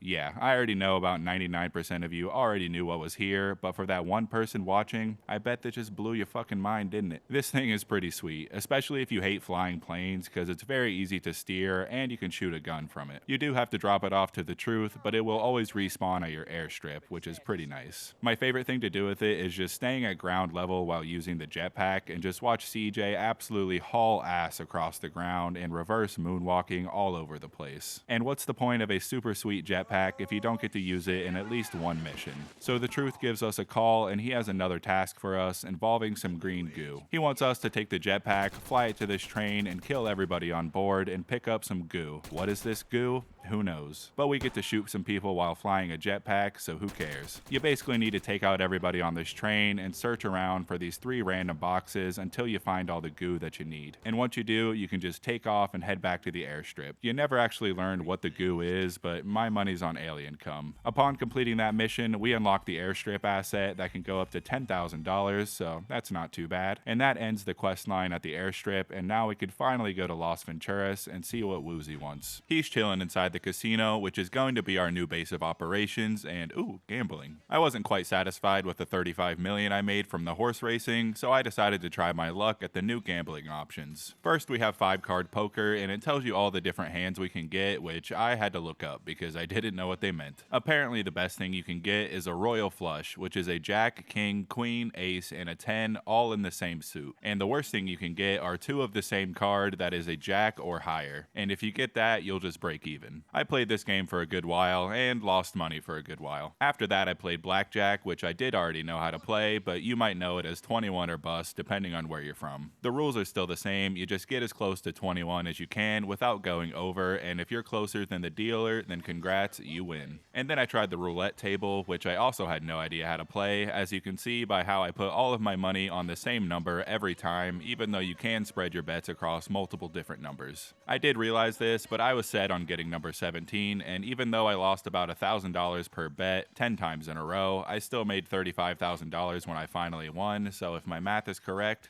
that's more. Then I tried the good old slot machine, which I only did one time, put $100 in and got 3 grapes, whatever that means, and got $5,000 back and decided that was good enough. The last thing here is the Wheel of Fortune, where once again, you can spread your bets across multiple different numbers, but this one has a pretty star and a high number on it, so I decided to bet all my money on this one. It took me about 30 or 40 attempts at $100 each, and I got $4,000 back, so I think I made a profit or at least broke even. And winning that gave me a newfound confidence that I could possibly get a royal flush in poker. I did not. I spent probably an hour in about $5 million and $50,000 bets, and I never really got that close. The closest I got was getting like 3 of the cards I needed. And according to this random Reddit user, which you should always take as 100% fact, you have about a 1 in 650,000 chance to get a royal flush. So yeah, the odds are not quite in my favor. Maybe I'll do a live stream or something where I'll just keep playing until I finally get one, if you fine folks want to see me suffer. Let me know in the comments if you want to see that, if you've even somehow made it this far in the video. I did feel bad about losing all that money, so I went back to Old Reliable. I think I won on my 3rd bet, and this was the first time that I maxed out how much you can put down, which is up to $10 million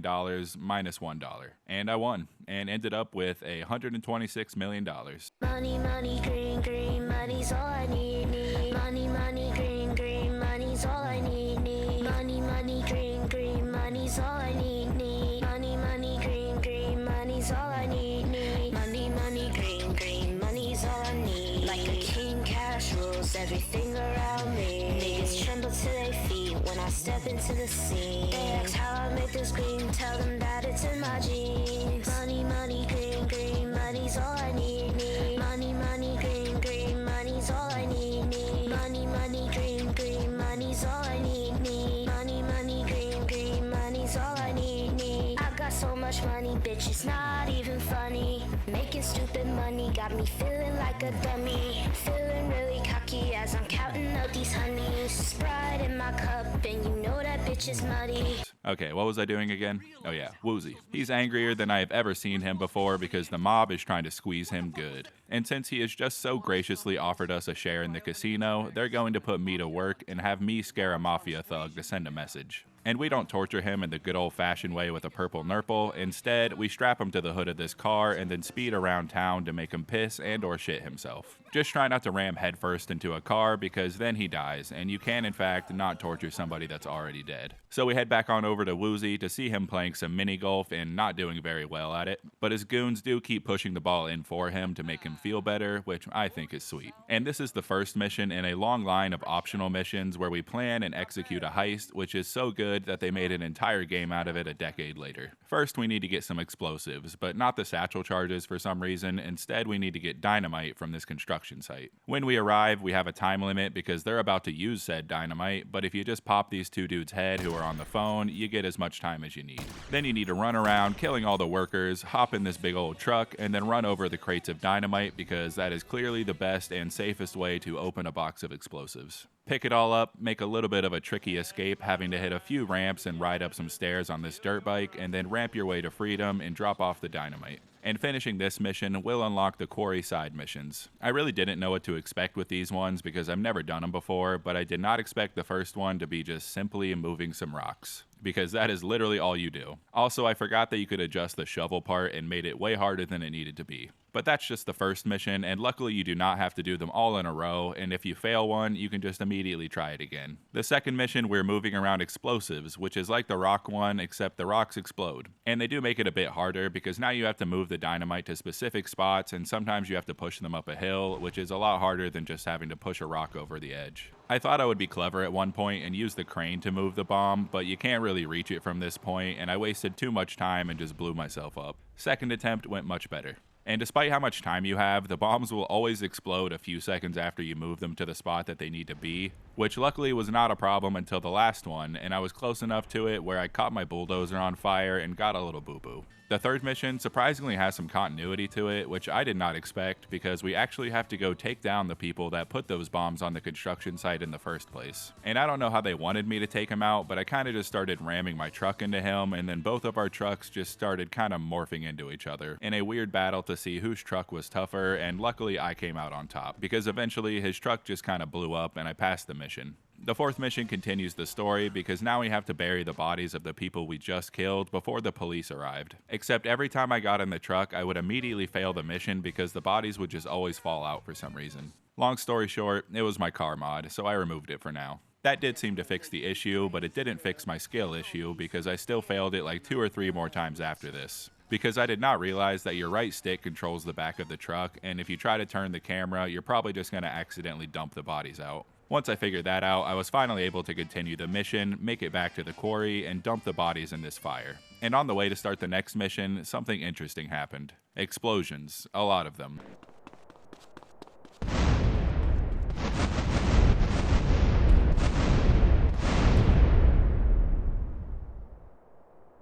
And I figured, oh, I must have left the truck a little too close to the fire and it caught on fire and exploded or something. But no, what really happened was a fucking plane crash near me, which is something I have never seen happen before. So I looked it up, and apparently there is a chance that a plane will randomly crash into CJ, and some people say it's based on your luck stat, which does not seem to be confirmed anywhere. And yeah, there is a luck stat in this game, and you would think that it would affect your gambling and make it easier to get good hands and win games of chance or something, but no. According to the internet, luck does absolutely nothing. And the only thing that some people think it might affect is the chance that CJ will get hit by a random plane, but that is also not confirmed anywhere. And to raise the luck stat, you have to find the collectible horseshoes, which I have found none at this point, so my luck is at 0. But like I said, none of this is 100% confirmed, and it seems to be a heavily debated topic. Anyway, the 5th mission does not continue that story, and we're just delivering a bunch of random barrels of explosives all the way to the airstrip. And you can't crash your truck or they will explode. Maybe. I don't know. I I never actually crashed, but I'm not about to fuck around and find out. Although, when I did make it to the airstrip and dumped the barrels, it was apparently so epic that the game gave me a triple insane stunt bonus for $2,700. The 6th mission needs us to use another bulldozer to get a bunch of explosives off this train track. And this time, I did properly use the dozer part of the bulldozer, and it was much easier that way. All you gotta do is drive down the track, gathering 2 or 3 barrels at a time, and push them off the side of the track, and then the fastest train ever will zoom by and mission complete. The final mission is probably one of my least favorite side missions in the game because it is just multiple very tedious tasks in a row. First thing you have to do is use a bulldozer to push this body into a certain spot, and then you gotta use it again to push this bike into the same spot. And I don't know why we couldn't just drive the bike. Then you have to use the crane to pick them both up and put them in this dump truck, which I very much struggled with the motorcycle because these things swing around like crazy. And then you have to do the same thing again with the body, which I don't know why it was magnetized, but maybe he's wearing braces or something. And of course I forgot that you are forbidden from using the camera while driving the dump truck, or you will probably dump everything out of the back and immediately fail the mission. So now I get to do it all over again. And this time I was able to restrain myself from using the camera, and then you just gotta make it over to this lake and dump the body and the bike into the water. And your reward is getting the quarry as an asset for up to $2,000. Woohoo! We are absolutely ballin' now. For some reason I decided now was the time to finish the car import missions, so I went ahead and did that. Still not much interesting to say about these, except that there is a glitch where sometimes the cars are locked for some reason, which I assume is not on purpose, because if you just blow up the car, go far enough away for it to respawn, it'll usually be unlocked. Also, while I was delivering this one, on the radio I heard somebody talking about how somebody is going around jacking cars, and I could only assume that was about me, so that's a nice touch. Also, at one point I drove the car too far and I got magnetized to the crane and it just lifted me up in the air and I was just fucking stuck. It would not let me out of the car, but it did let me just kind of move around a little bit for some reason, and you're literally just stuck here. I don't know why, I literally tried 100 times to get out of the car, but eventually on my 101st try, it just let me out for some reason. The entire process of getting all 30 cars definitely takes a couple hours, which is probably one of the longest side missions, but like I said earlier, it is definitely the most profitable. You can get a max of $361,000 if you bring back every single car in perfect condition, plus another $200,000 when you get all 30 of them. And you could also import all those cars now, so that's cool. The demons in my head whispered that I should do the bike school now, so I'm gonna go ahead and do that. It's in San Fierro, and the first test, like with the cars, is just doing a 360 burnout. First try. The second test is also like the cars, where you just drive down the strip, do a 180, and then drive back. First try. The third test is doing a wheelie, which actually did take me a while. Not because doing a wheelie is hard, but they insist that you start it from a very specific spot, and if it's not to the fucking centimeter, you're not gonna get the gold. 5 or 6 tries. The fourth test is literally just hitting a ramp. I don't know why this is a test. 2 tries. The fifth test is doing a stoppie, which is just a wheelie but on your front wheel, which was a little difficult, and as you can see I got a little wobbly at the end, but as long as you make it to the end by the time limit, you're good. 4 tries. The sixth test is combining the jump and the stoppie, so you have to jump and then land on your front wheels and then ride that baby all the way to the end, which was pretty hard honestly. And I managed to land on my head a few times. But I got it in about 5 or 6 tries, and that was surprisingly the last test, so only 6 total. And your reward for getting gold in all of them are these 2 motorcycles and a big increase in your motorcycle skill, but mine was already maxed out, so that didn't really matter. There's actually supposed to be a third bike, but there's a glitch in the PC version where one of them just won't appear sometimes, so that's kind of poopy. Might as well do the boat school real quick, which is the last vehicle school. First test is simply to drive forward and stop. 5 tries, don't ask me why. The second test is driving in a half circle, 3 tries because I kept running into shit. The third test is driving through an obstacle course, and it's kind of hard to tell where you're supposed to go unless you look at the minimap. So I was basically just staring at that thing the whole time, and at this point I realized that there is probably not a lot of unique ways to test your boat driving skills other than just driving or maybe hitting a ramp or something. 2 tries. Speaking of ramps, the fourth test is a ramp, which I could not figure out how to make the boat jump any farther other than just driving it farther and farther away from the ramp. And I don't really know what I did any different to finally get the gold. It was just kind of a combination of pushing back and forward on the stick, and eventually it just got me as far as I needed to be. I honestly don't know what you're supposed to do to make it go any farther, but 6 or 7 tries. The fifth test is a big old race against time, where you start off on the ground, go through the water, hit a ramp or 2, and then make it all the way to the end and get gold pretty damn easy, unless you're just really, really bad for some reason. First try, and that is all the tests for boat school. And as you can probably guess, your reward for getting gold in all the tests are these 3 boats, which I am sure you will never use. And from a distance, I thought that that big boat was like a pirate ship or something, but sadly it's not. But I think it would have been really kick-ass if it was a pirate ship, and I think every game would be better if it gave you a pirate ship. But you get what you get, and you don't throw a fit. And I know you're probably frothing at the mouth to get back to some of the main quests, so let's continue the heist missions. So we head back to Woozy's to find him chilling in the dark like a weirdo. Oh yeah, he's blind, so he's probably just saving money on the electricity bill, I guess. We realized we should probably have a layout of the casino we plan to rob, so CJ leaves as quick as he comes to go steal these blueprints. But first we need to steal a camera from some unfortunate tourist. Damn, sad day to be taking pictures. So we take the camera to the office with the blueprints to talk to the front desk lady and head upstairs, only to see that there is a no photography sign on the wall, and apparently this is enough to make CJ have to come up with an entirely new plan, despite the fact that I just exploded a man's head off his body for a camera. I actually did try to take a picture anyway just to see what would happen, but you fail the mission immediately, so don't do that. So instead, we head back downstairs, punch this air vent into catching on fire, and the cops get called anyway. So now we have to murder a bunch of them, all because we didn't want to break the rules by taking a picture and just running out of the building. Once you finish your murder spree, you escape with a 4-star wanted level, and they kinda just lose interest in you because you made it to the red marker. In the next mission, we go over the blueprints and realize that we need a key card of some sort, and to get this, we need to seduce a young lady into giving it to us, but we have a few things we need to take care of first. First, we need to do another following somebody mission, and this is the first time that I noticed that her license plate says Spank, which is very representative of her character. We follow her for a bit until we end up at the sex shop XXX Videos and Toys, and I ponder what they might be selling. We continue to follow her for a while until she tries on some revealing outfits, and there is a lady with either black nipple pasties or black nipples, but I'm gonna blur it regardless. She talks to her master and we get ourselves a gimp suit and follow her back to her home, so we can then murder her lover, who can be identified by finding the man who is carrying a huge dildo as he walks up to her house. She somehow does not realize that we are not her original master, even though we are twice his size and probably don't sound alike, I imagine. We wrestle around for a while and she becomes our girlfriend, and now we have to date her long enough that she will give us her key card. Or you can just kill her and take it, but I need to get her relationship rewards for my completionist reasons. Like other girlfriends, at 50% you get access to her little pink car, but unfortunately you don't unlock any outfits once you get her to 100%, so she has no other benefits, so that'll save us some time at least. She has no preference about CJ's looks and no dislikes, so you can pretty much take her wherever you want. After getting enough to get the key, we could head back to do another heist mission, and the heist group has gotten quite large, and our cut is getting smaller and smaller by the minute. I also love when CJ just tells this dude to shut the fuck up. I appreciate your input,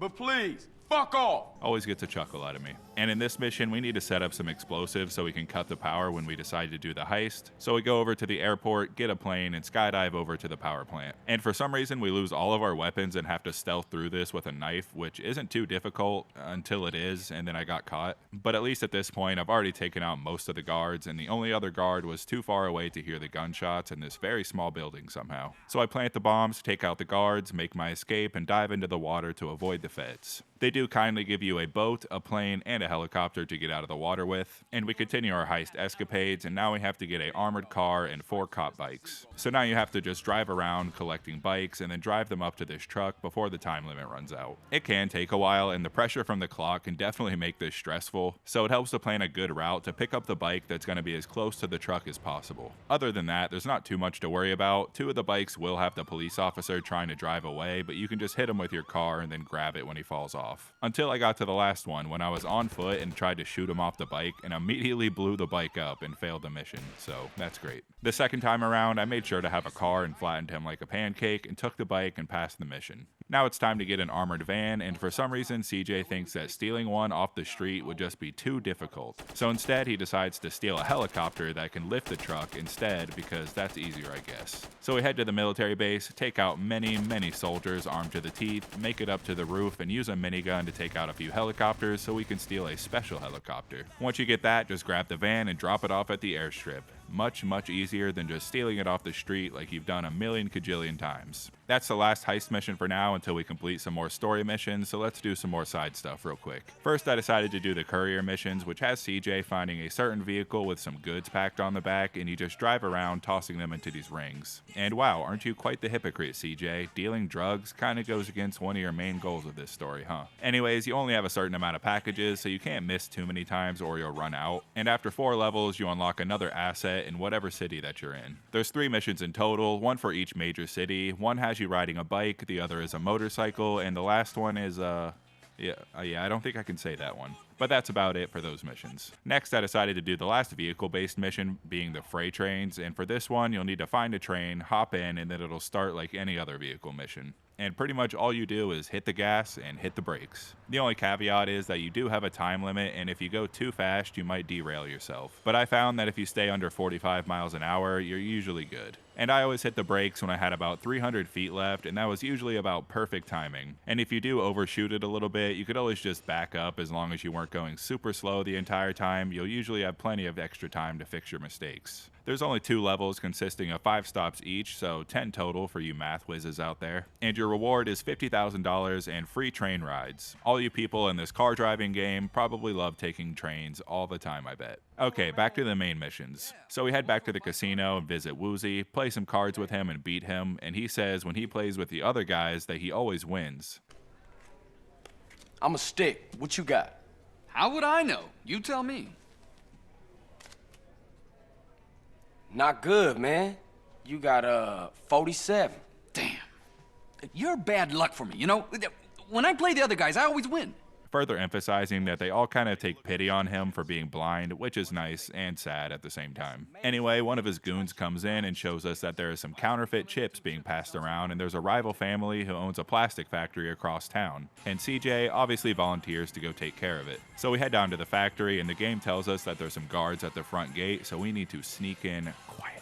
I immediately failed that assignment, but luckily you can just rush in there and take everyone out pretty quickly anyway. Not too difficult, lots of dudes just standing on these shelves and stuff, but that just means there's more cover for you, so pretty easy to take them all out. And once they're all dead, destroy the machines and then head out so you can be ambushed by a few more guys, but just hop in their car and take off back to Woozy's for a mission complete. In the next mission, which is pretty random honestly, we call up Truth and he tells us that he took 2 travelers up to the desert and lost them. So he tells us to go pick them up and save their goofy asses. These missions do seemingly just come out of nowhere, but if you've played Vice City, then it probably makes more sense. Anyway, we pick them up and find out that they're these 2 annoying Australian guys who do nothing but complain and ask favors, and we need to take them to their pal Rosie. But first, CJ asks them where the rest of their band is. Oh yeah, I guess they're in a band. And one of them says he doesn't know, but all he can remember is snakes. And for some reason, CJ is aware of the snake farm that is nearby, which I did not know snake farms were a thing. Regardless, we arrive and their friends are not there. But it turns out that they gave half the town herpes while they came through on their drug-filled rampage.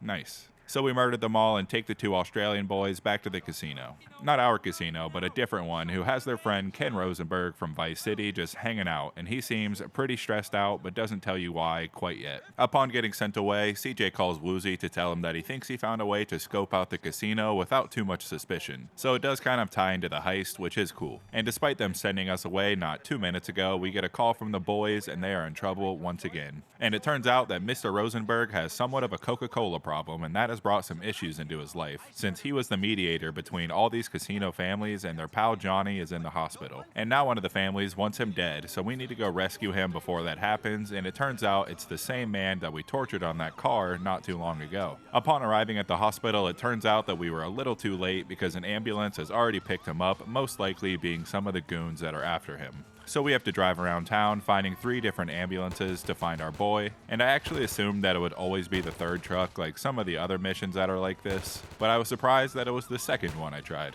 Anyways, once you get the truck, the mafia is alerted of your actions and you have to drive back to the meat factory, and eventually some goons will show up to try to kill you. You could just get out and destroy their car, but I thought it was too risky, so I just kept on driving hoping they wouldn't do too much damage, and they didn't. I make it safe and sound, drop off the man in the wheelchair, and this unlocks a mission for 10 penny, or you can continue the other missions, which is what we're going to do first. So we head back to Rosenberg, and he is feeling a lot better due to that nose powder, and are things going well for him now? No! No, absolutely not. I'm still screwed. Absolutely screwed, but at least now I'm in the right frame of mind. It's hard to tell what he needs in his Coca-Cola fueled state, and he says he'll tell us the details later. On the way, he tells us that we're going to visit Johnny and attempt to get out of the mafia business, because he wants to have kids and a wife that he gets divorced with and has to fight for weekly visits, just like everybody else. Do something safe and legal and boring with people that like me, and have a wife and some kids and get divorced and fight for weekend access like everybody else. A lofty goal indeed. We arrive to the meat factory and CJ gives him a pep talk and is hesitant to show his face to Johnny since, you know, we did that thing to him. CJ decides to go in anyway and Johnny immediately has a fucking heart attack. His goons are not happy about this and decide to burn the place down for some reason, and apparently he had a bunch of dudes with chainsaws on standby. This is one of the only missions that I noticed that a lot of the enemies were actually melee based and kind of just come charging at you, which as you can guess makes them very easy to kill. After you take care of those guys, Rosie will put out the fire while you take everyone out and he goes to hide in the freezer. He'll get locked in if you let somebody reach the control panel and slowly start losing health, but you can just let him out pretty quick. We make our way through the rest of the meat factory, taking everyone out and make our escape. And surprisingly, Ken has a change of attitude since he is once again hyped up on that Coca-Cola Classic and we just killed one of his rivals. But the post-nut clarity hits pretty quick and he starts freaking out again, but CJ reassures him that we will get him out of this. Once we drop him off, we unlock another mission represented by the letter D for don't know which one that is. But we have another casino mission, so I continue with that instead. I head back to meet up with Woozy and the Mumbler guy, and we become official partners of the casino, which surprisingly does not make it an asset, which seems like a missed opportunity. And that's actually the entire quest. You don't do anything else or unlock anything. I feel like they kind of just forgot to make this an asset because it feels like there's no other reason for this mission to be a thing. Anyway, after that, Ken gives us a call and tells us that a war is brewing between the mafia members, so we could head back over to him and talk about how we're going to deal with this. We arrive to find the boys hanging upside down and a new bald man in a suit watching over them who, according to CJ, is the father of Joey, a man he worked for in Liberty City. He tells us that the Ferralis are coming after him and he wants us to take care of it, and of course, CJ obliges. They're on the way in a plane, so we have to get a smaller plane and fly over there, and one of the most insane things CJ has ever done as he dives out of the plane, latches himself onto theirs, breaks in, and we take everybody out in a weird first-person shooter section for some reason. Once we hijack the plane, we take it back and complete the mission. So let's go see what that D stood for. And arriving, it is revealed to be Mad Dog. Remember, the guy whose mansion we broke into, killed all his guards, stole his rhymes for OG Loke? Yeah, he needs our help now. And surprisingly, they follow up on that, and Mad Dog is very depressed and wants to commit an unalive, and directly states what you did as the reason for it. I don't give a fuck no more. My manager got killed, some asshole stole my rhyme book. Shit is rough. All the kids like this Loco G or whatever the fuck his name is, some fake-ass gangster rapper bullshit. Liquor's my only friend, eh? So we have to get this truck and do our best to catch Mad Dog as he jumps off the roof. Which we do, and now you gotta take him to the hospital without crashing too much because he got a little wounded from that jump. When we drop them off, Mad Dog expresses that he's looking for a new manager, and CJ is the top candidate even though we just met him 5 minutes ago. And he has no idea who he is, what kind of stuff he does, but apparently he is rapper management material. The only mission we have left now at the moment is Tenpenny, so let's go see what that buster wants. We arrive to find him having a little barbecue, and he tells us that shit is going sideways for him. And he gives us the classic, "We're not so different, you and I." We all the same, Carl. You, me. We all trying to pull ourselves out of the hole. And shows us how edgy he is. That give you any idea how edgy I am?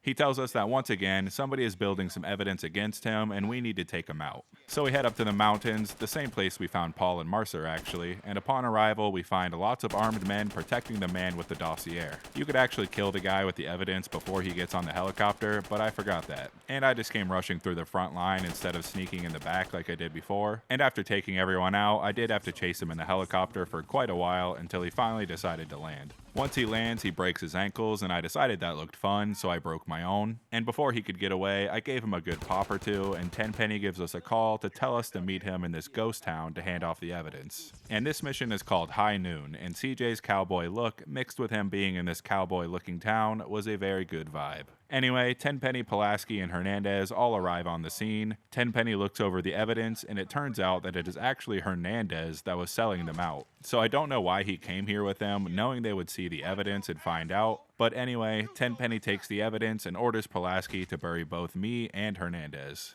And since Pulaski is a lazy piece of shit, he makes CJ dig the grave instead of just shooting him. And in the process, it turns out Hernandez is actually alive, it wakes up and distracts Pulaski. But like, CJ doesn't try to attack him, and he still has a gun, and he does shoot and kill Hernandez. But for some reason, he decides that this is all just too much, and he decides to take off, so we have to chase him down. During the chase, we're shouting things back and forth, and CJ tries to convince him that Tenpenny's gonna kill him next. And Pulaski reveals that him and Tenpenny took pictures of Caesar and your sister getting it on, and probably wanked off to it together because that's just the kind of people they are. After chasing him around for a while and doing enough damage to his car and actually blowing it up, which catches my car on fire and blows me up, and in all the chaos, I'm getting fucking blasted point blank with a shotgun and came extremely close to dying. After killing Pulaski, his car is magically restored so he can lean up against it and die in the cutscene. And we ask him if he has any last request, and he asks if he could fuck our own sister. So we finish him off, and now Tenpenny is the only one left. Once that mission is complete, we get a call from Ken so he can remind us that there are still people out there that want him dead. And we need to take care of it, so we head back to the casino. The Salvador man is still chilling there, putting the moves on this lady once again, throws a knife into Mercer's happy sack, and he wants us to take out the mafia leader in Liberty City. And CJ tells him that we need everybody here to help him with the job, but really that's just a ruse so we can help them escape. After that, we head to the airport, take a jet all the way to Liberty City, and sadly we don't actually get to run around in the city at all for obvious reasons, but we do get to see a cutscene of it covered in some snow, and we end up in this bistro. Once again, we become a one-man army, taking out dozens upon dozens of enemies, working our way through multiple floors until we make it outside, and then take out the last few goons and head back to Las Venturas. Mr. Leone calls us about a job well done, and we tell him we got rid of those 3 loose ends, which we didn't really. And then we finally get a call from Woozy's men to tell us that the heist is on and we're ready to go. And then we get a call from Sweet. Oh yeah, remember him? He sucks. He sulks about being in jail as a consequence of his own actions. And CJ tells him that we're still going to get him out, and Sweet basically dismisses it and says he's going to be in jail forever. I wish. But we have bigger things to worry about, so let's get the heist done. We dress up in our nicest suit and head to the casino. We have 4 minutes to get our men inside, and thanks to Zero walking us through it, we use this card on the door so we can toss some sleeping gas grenades down the ventilation shaft. And Zero knocks out the power using those bombs we set earlier at the dam, but for some reason, this lifeguard still works, but whatever. I don't know what that means. I wrote that in the script. I don't know what I'm referring to there. Lifeguard, I'm not sure. We also have some night vision goggles that we pop on and use this forklift to raise the door to let the squad in, and Woozy runs into a wall. Someone's trying to turn the generators back on, so we go upstairs, blow them up real quick, grab the loot, and an army of men flood the basement. Now we have to lead the team through the building, taking out tons and tons of dudes on the way. Eventually we make it to the motorcycles we stole earlier, and the team takes off, and I head to the roof. Once we arrive, there's a helicopter that we need to take out, and I wish I would have brought a rocket launcher with me because it takes quite a few bullets with the M4 to bring it down. Once that's taken care of, we run across the roof until we get our parachute and have to jump to the other roof across the street. And I swear to God, this is the first time I've ever actually made this jump. Every other time I've done this mission, I always miss by a foot or two, and then embarrassingly have to float to the bottom, but luckily that doesn't fail the mission. If that does happen, you just have to grab a car or something and drive it to the airstrip, which makes it much more difficult since you have a 3-star wanted level the entire time. But not this time. I do make it across, and it probably would have been a good idea to snipe the SWAT team members sitting next to the helicopter, but I took them out, took out the chopper above me, and we fly to the airstrip. Our team is there waiting for us, and Zero apologizes for telling Berkeley about our plan, so we mollywop them in the face, and it is mission complete, and we get $100,000. And damn, honestly, that's pretty weak. And not only because I already have like 100 million, but to get the same amount of money that we would get from like 2 or 3 regular missions from a heist specifically about stealing money just feels kind of meh. And I really think it should have been at least $1 million, but that's just me. And after that, we get a call from Salvatore, and he realized our betrayal and calls us eggplant shit. That's a new one. You 2-bit backstabbing piece of eggplant shit! Salvatore, nice to hear from you too. You're dead. Your friends are dead, your family's dead. I'm gonna fuck you up and your children and your grandchildren. Well, it's been nice talking to you, but I got some money that needs spending on some expensive trash, so if you excuse me. You're dead. Dead. And he threatens to kill me and my entire family, but nothing ever really comes from this, and I love CJ's response. After that, we head back to the casino, and surprisingly, Kendall is there. And her, Woozy, and me are doing some sort of American Idol-esque judging to try to find some good talent because the casino business is apparently too hard. Our boy Mad Dog shows up in much better spirits, but he is upset about his mansion being taken over, and CJ almost accidentally spills the beans about what he did. I want to go home now, CJ. That's cool, man. I'll take you. Where's home? My mansion, baby. Yeah, I heard about that place. Drugs, sex, all that shit. Yeah, you know it. Yeah, I've been there. I mean, I've seen it on TV. Yeah. Nice crib. Thanks, player. It turns out that another rapper named Big Papa has taken over the mansion, and this angers CJ to the point that he's ready to go take it back. So me and the boys get a jet to fly over to the mansion and skydive into it and take it back from Big Papa. There are tons of dudes, but it's actually pretty easy since they all have to climb over this ledge and you kind of just stand there with a rifle and just pick them off pretty quickly. I made it harder on myself because I wanted to get my shotgun skill up, which I'm sure you're well aware that shotguns are not very good at a distance. So I actually just started taking a lot of damage, but luckily there is some armor on the roof for you. After you take them out, you head inside, and this man confidently states that we're gonna kick some ass and then immediately gets shot in the head by a man hiding in the bushes. Numbered, but if we all keep our heads, we should kick ass. So we continue our rampage through the mansion, taking out dudes left and right. Hold up, was that Denise? You two-timing hoe. For clarity's sake, that is not actually Denise, but it is the same character model. Eventually, we chase Big Papa out of the mansion and then have to chase him down in a car, and I apparently got very lucky and shot his gas tank because I pulled up next to him, shot him like one time, and his car exploded. And mine would have exploded too and killed me, but the cutscene god saved me from that fate. Now that we've taken the mansion back, we can use it for ourselves, like many other save points, but it is also better than any of the other locations because for one, it's huge, and it's the biggest property you can get in the entire game. You get some body armor, health pickups, night vision goggles, a pool, a helipad with a sparrow, a go-kart, a few video games to play, and you get a home gym with a basketball court, which is a nice touch, although puzzlingly, there are 3 garage doors, but none of them open, so you can't save your vehicles here, which is pretty unfortunate. I do wish some of the more expensive locations would have certain things in there other than a save point, like maybe some of the hotel properties you can buy would have refrigerators full of snacks that would heal you, or some bigger locations could have an outdoor shooting range to get your gun skill up or something like that. I think that would be cool. Anyway, Ken gives us a call and we ask him to be our sound engineer so we can get Mad Dog's career poppin'. We're coming up hot on the last few missions in the game, and since I want to 100% it, I'm going to clean up a lot of the other stuff I haven't done yet, starting with the many races. There's multiple different spots to start a race, and usually they have a handful that you can go through with different layouts and distances, and you pretty much get $10,000 for every race that you get first place in. There's a mix of cars, bikes, ATVs, go-karts, motorcycles, helicopters, planes, and even a jet. Although all the air-based missions aren't really a race, and it's just about you getting through some checkpoints without crashing, and it's not even on a time limit, although you are timed. The worst part is that they give you a car to use, so you can't even use your own car, which I feel like is a big missed opportunity to be able to use the garage to make your own custom car and then use that car in races, even if you have to have a specific type of car like a lowrider or a two-door or something. Plus, sometimes they give the competitors way better cars than you, making it a lot harder. And don't you just love it when you're driving 100 miles an hour on the highway in the rain and some dickhead decides to switch lanes right as you're about to pass them? Yeah, me too. But look how damn pretty this game looks with these mods. 2002 has never looked so good. When it comes to the flying races, most of them are pretty easy because, like I said, you're not actually racing anyone, it's just timed, which I also think is a big missed opportunity. And the only difficult one, I would say, is the Heli Hell mission, which as the name implies, is pretty difficult, because it has you flying very close to buildings and low to the ground the entire time, and it's very easy to bump into one thing and then just bump into another and shit just goes sideways from there. The other difficult one is the military service, and this one you're using the Hydra jet, and this one is only difficult if you don't use the hover ability. But if you do use the hover, it makes it take forever. But I was just too unskilled to fly at a regular speed and not end up crashing, so I had to do it the bitch way and just hover my way through the entire thing, and it took almost 10 minutes.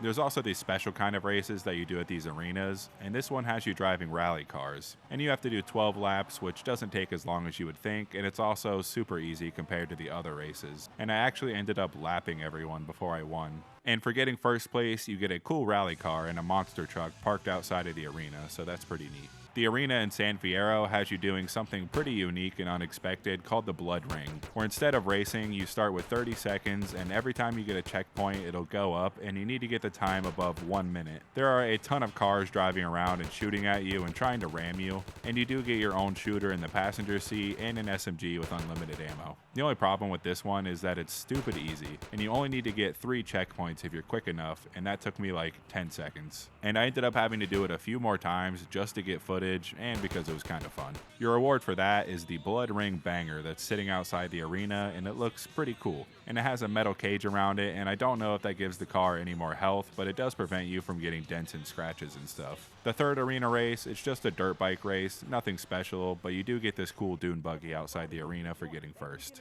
And in the same arena, you can do the fourth and final challenge, which I think is one of the coolest. Instead of a race, you need to use this dirt bike to get around this obstacle course, getting points. Green being worth 1, yellow worth 2, and red worth 3. And usually the higher point values are in the harder to reach areas. I thought this one was really fun and pretty creative, and a lot of the obstacles are very difficult to travel on, so it'll definitely take you some practice. Although you only need 26 points to win, which isn't that hard to get, and I was able to do it my first try, but there's definitely plenty of points to get. And I imagine you would have to be pretty skilled to get all 61 points. Sadly, there's no extra reward for getting all the points, other than the money you get, which is $100 per point. Otherwise, I definitely would have kept doing this until I can get them all. And for getting 26 points, you get this monstrosity, which was very unexpected. And once you finish all the races, not including the special arena races, you get a cool $1 million, which just makes the 100,000 you get from the heist seem even worse by comparison. There's also some BMX challenges that we need to do first, one being in Los Santos, but I do recommend getting your cycling skill maxed out so you can bunny hop as high as possible. So you start it by getting on the BMX at Glen Park, and this is similar to the motorcycle one that we did at the car export area way earlier in the game, except it's a lot harder, because it's going to make your thumb hurt with all the tapping, especially if you just spent the last 15 to 20 minutes maxing out your BMX skill right before this like I did. Regardless, I was able to do it my first try, but just barely though, because I really struggled to get the one at the top of this ramp since you have to land up here without falling off, and the one down here since you have to bunny hop really high to reach it, and your reward is $1,000 and a lot of hand pain. The next BMX challenge is at the top of Mount Chiliad, so you have to hop on a bike and start the race. There's 3 different courses, and they all start at the same spot, and you unlock one after the other. And the first 2 are pretty much the same. You just go all the way back down the mountain on different paths, and it was actually kind of difficult because the AI is a lot less likely to crash as if they were in a car. And I accidentally rode off the mountain a couple times, but the game will generously put you back up to where you were when you fell. And all the turns and stuff are obviously the hardest part, but usually in the last stretches, you're always going a lot faster than the AI, and you can bunny hop your way to victory. The last race is a little bit different, since this one adds platforms that you need to ride on, which I was not aware of, and blissfully soared towards them, going way too fast to stay on it. Even if you do fall off, you can just get close enough to the center of the next checkpoint, and it'll still count. Other than that, it's the same thing, just going down the mountain, almost die when you fall off, and bunny hop your way to victory once again. Your reward for beating that last race is a cool $2,000. I also realized that I should have just waited to do the gun range challenge earlier, because you have to get to a certain mission before it unlocks the 4th challenge, which means you have to do the first 3 again to get to the 4th challenge, which is just the same thing but with an AK-47. You do the same 3 challenges as every other weapon, and upon completing it, you get a message that says you completed it, $10,000, increased weapon skills, and a boost so your weapon skills will actually go up faster from now on, so that's pretty cool. Also, I forgot to finish my fight training, so I had to travel to the other 2 gyms to learn some more fighting moves. I was surprised that they don't actually teach you a different combination, they just replace the ones you already learned, and if you want to change your style, you have to go back to the gym where you learned that style if you want to fight that way again. My favorite style is obviously the karate style, since CJ roundhouse kicks a bitch in the face, which is just fun to watch. And other than the collectibles, that's it for all the mandatory activities, besides the rest of the missions to 100% complete the game. There are a few other activities that I'm gonna do that are unmarked, like basketball and pool and some video games, but that's it for the ones you have to do. And as for the collectibles, let's start with the snapshots. These are only available in San Fierro, and you need a camera to actually see them. Unless it's between the hours of 0 and 5, you can see a slight pink glow, and if you're wearing night vision goggles, you could actually see them at all times. And I would definitely recommend using the jetpack for this to help you get around easier. But what you have to do is aim at the symbol with the camera and take a picture, and the game will tell you if you got it or not. And these pictures will actually save to your PC if you want them to. And fun fact, if you give your camera to one of your gang members, they'll actually take a picture of you. There's 50 of them in total, and it does take a while to get them all, especially if your game crashes like mine and had to retake like 15 of them. And funnily enough, the last one is inside the military base, which I'm sure it's not impossible to get the picture without going inside, but I didn't feel like taking the time to figure it out. So you will get a bunch of stars trying to get this last one. And your reward is $50 per picture, and just like the tagging in Los Santos, a handful of infinitely respawning guns at the garage. And this time it's a sniper, grenades, a shotgun, and an Uzi. Now we get to do the horseshoes, and these ones are all located in Las Venturas. And like the last one, I definitely recommend using a jetpack because some of them are literally impossible to get unless you're flying in some way. And instead of landing on a 2-feet platform with a helicopter or having to skydive up onto one of these billboards, it's much easier just to use the jetpack.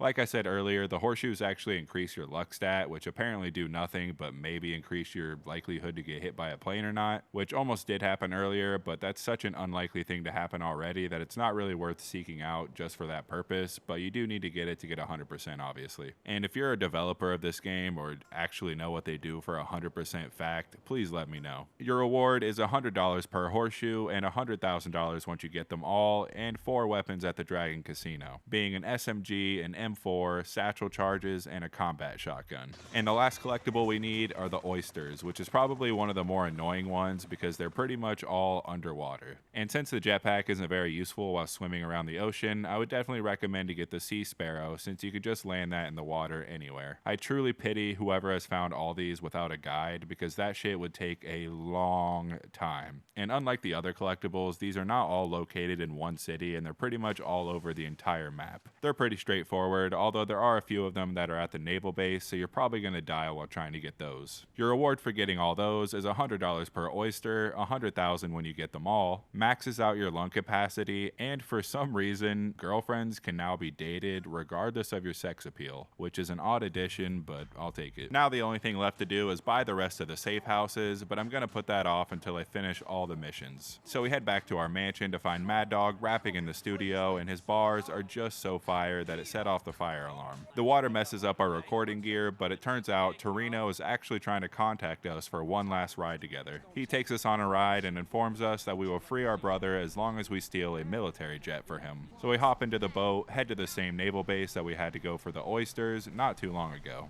The game tells us that we should try to sneak through to make it easier, and I fucked that up almost immediately on the first guy I killed. Doesn't matter because we easily make our way through, taking out a few guards, and our first step is to shut off all these missiles that would shoot us on our way out and then go grab the jet. On the way to take out the boats, we get attacked by 3 jets that we have to take out, and there is supposed to be a lock-on reticle so you know when to fire your missiles, but one of my mods is obviously making that not work, but I don't need that shit anyway. So I just kept aiming at them, firing my missiles, and eventually you'll take them out, and if they do fire missiles at you, you can just use your flares, but they never got the chance. Once that's taken care of, head to the spy boats, take them all out, and then drop the jet off at your airstrip to keep forever. We head back to the mansion and meet up with Torino, and CJ threatens him with a gun, and this stone-cold killer told him to stop embarrassing himself. You know what? I'm tired of your fucking little jobs. Ah, will you stop? This is pathetic. Come on, you're embarrassing yourself. Come on, put it down. Don't be ridiculous, okay? And he finally fulfills his promise of getting Sweet out of prison, unfortunately. And I am sure that Sweet will be so grateful that we got him out of his, what I assume is a lifelong prison sentence. And how well we've been doing, taking care of things, and taking care of our sister Kendall. And he's gonna be all taken care of as well, and doesn't have to worry about his street life anymore. Well, we got a stake in the casino, we got some insane shit in Fierro, we get into the rap game. Hey man, let me get you some new clothes, come on. New clothes? Nigga, what the fuck is this bullshit?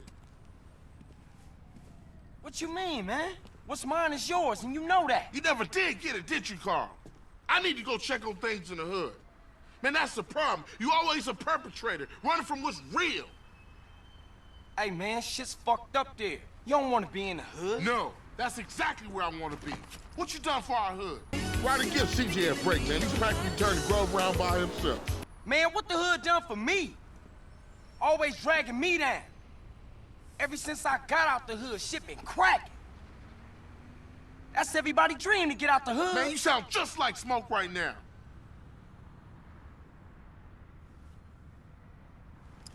All right, man. You hard.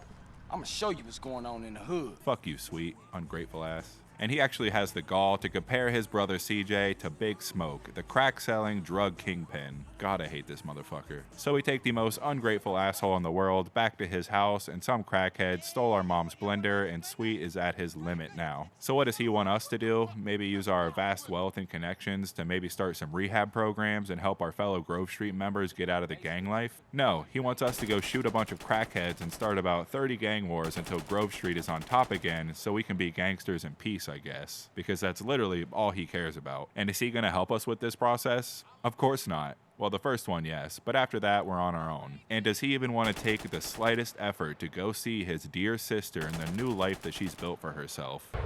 All right, man, let's get out of here and go see Kendall.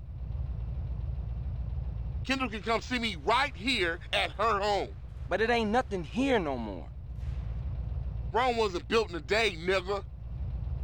My brother could be a real pain in the ass. No, because she doesn't live in the fucking ghetto anymore, and he insists that she comes back here to potentially get stabbed by some crackhead for a blender, even though she wants no part of this life. Never change, Sweet. Never change. Now we could either go back to the mansion for a mission or continue with Sweet. And let's just get this absolute disgrace to humanity's mission out of the way first. And what do we see 5 minutes after getting this self-righteous prick out of prison? He's about to smoke crack. Absolute dog shit human being, the absolute worst. And despite him almost falling into that life himself about 9 nanoseconds after getting out of prison, he still shows no remorse for any drug addicts, so we're gonna go kill the dealers that he got it from, because it's their fault. So we head on over to Glen Park. Yes, a park where families and children surely love to enjoy the sun and play. And we just start blasting fools, absolutely massacring people for the crime of not wearing something green, like the most fucked up version of St. Patty's Day you've ever heard. After we have surely traumatized the citizens and scared them away from ever going to the park again, now we head to the actual dealer's house, so I don't know why we just did that. And he tries to get our homie Bear from earlier in the game to kill us, until he has an awakening for some reason and decides that he is now free,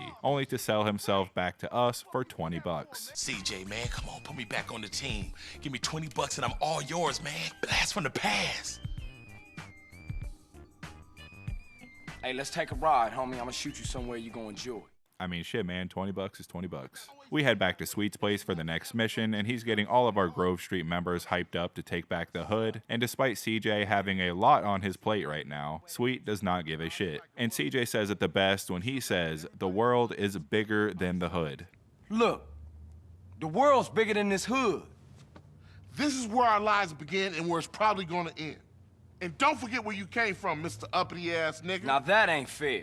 And that goes in one ear and out the other. So our only option is to continue to risk our lives and commit some more mass murder. We take a couple more hoods back and take Sweet back home after a long day of murdering people unprovoked. Sweet says he's beat and that's it for him for the day. So let's go see how the mansion's doing. Mad Dog is still chilling in the studio. This guy is trying not to jerk off, I think. And Mad Dog is still upset that OG Loke is popping off and finally realizes that he stole his rhymes. So we're gonna go take care of him because CJ will help anybody if you just ask. Even though he's the one who stole it in the first place, and despite it being implied that CJ is a lifelong friend of OG Loke, hence why we literally picked him up from prison earlier in the game. So we head over to crash OG Loke's interview, and then we take off on these 3 conveniently placed boats. And sadly you can't just kill him because it's a bunch of scripted sections. So I didn't even try, but you follow him around for a while until you end up at these 3 conveniently placed go-karts. And then you follow him around for even longer until we end up in his studio, I think. And his manager, owner of Busting Fools Records, which is just a great name, I think, suddenly wants to work with Mad Dog and thinks about suing OG Loke. And that's kind of it, I guess. Our issues are resolved and we're now moving on. We head back to the mansion once again to find Kendall and Sweet here, who I'm surprised would even step 1 foot in here considering it's not the hood. And the rest of the gang are all huddled around the TV waiting to see the fate of Tenpenny since he has finally been busted for his corruption. They let him go. And the city is pissed because from now on until you finish the game, everybody is just going fucking nuts. Cars are on fire, everybody's being attacked, and people are looting. It's a big mess. And now Caesar needs our help, and since he's actually a real motherfucker that I have respect for, I have no problem helping him out, so we have to go back to take care of his neighborhood. On the way to take out some of his opposition, he tells us that he wants to ask Kendall to marry him, which I think is sweet.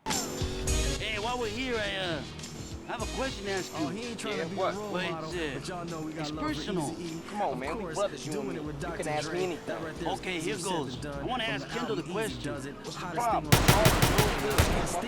No, the question. What? Oh, shit, you mean? Pop the question? Well, I'm okay with that. You know, I appreciate you asking my permission and shit. I know you're cool, but it's sweet, man.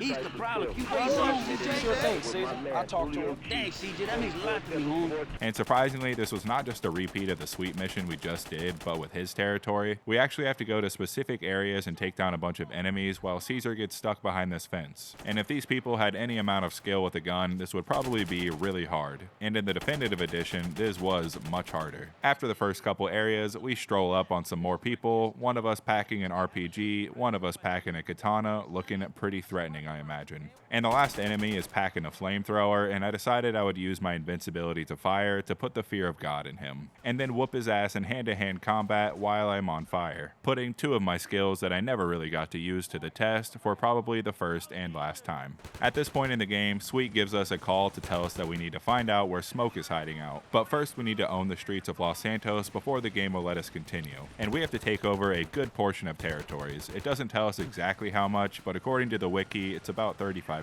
which you can check in the stats. So I ran around the city starting all kinds of gang wars, and I'm pretty sure it's supposed to keep the cops off you if you start a gang war, maybe, but I just kept shooting them for funsies and just kept getting more and more stars as I'm taking over gang territories, which actually helps you survive the police because taking over gang territories spawns armor and health pickups. But eventually it just got too hectic and I had 5 stars and then 6 stars, and now this just brings back the nostalgia because I'm pretty sure for 90% of us when we were 10 years old playing this game when we shouldn't have been, we would just drive around the city trying to cause as much chaos as possible instead of actually doing the missions, but maybe that was just me. I actually survived for quite a bit. I got a few tanks, took out a few helicopters, took out a stupid amount of police, and it was a fun time. What am I doing again?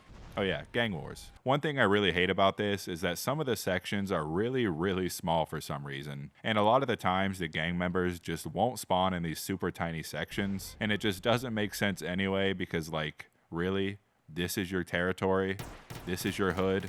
This building and sidewalk right here? You claimed this quarter block that I could easily jump across with 3 to 4 strong leaps right here is your territory. You didn't even claim the entire parking lot, man. That shit's just embarrassing. Look at this shit, my guy. It's a sidewalk. Not much else to say. I did spend like 20 minutes running in circles right here because I thought that it looked kind of yellow on the mini-map, so I thought it was gang territory. But after a while, I just looked to see how much territory I had, and it said 100%. But the game didn't like acknowledge that I took over every territory when I did, and you don't get an immediate reward or anything except the money that generates at CJ's house, so I had no idea. Silly me. Now that that's taken care of, the only thing left to do is the end of the line mission. So we head to Sweets and we declare that the Johnson boys are gonna take Smoke down. Except when we get there, CJ declares that he needs to do this alone. So I don't know why he brought Sweet along in the first place. But the only way inside Smoke's crack fortress is to grab a SWAT vehicle and ram through the front. After that, we slowly make our way up to the top and confront Smoke. Interestingly, they have their own SWAT vehicle with some SWAT guys, which, like,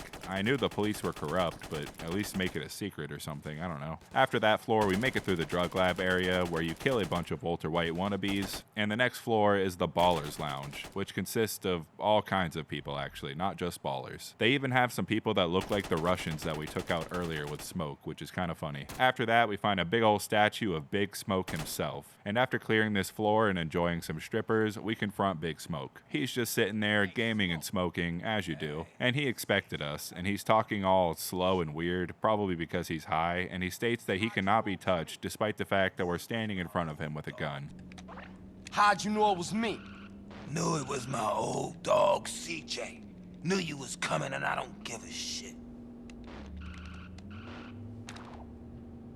I'm here to take care of your fat ass. Then I'm gonna take care of your friends in the police department. Where they at?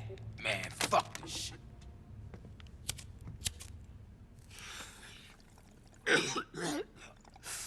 Man, that's some good shit.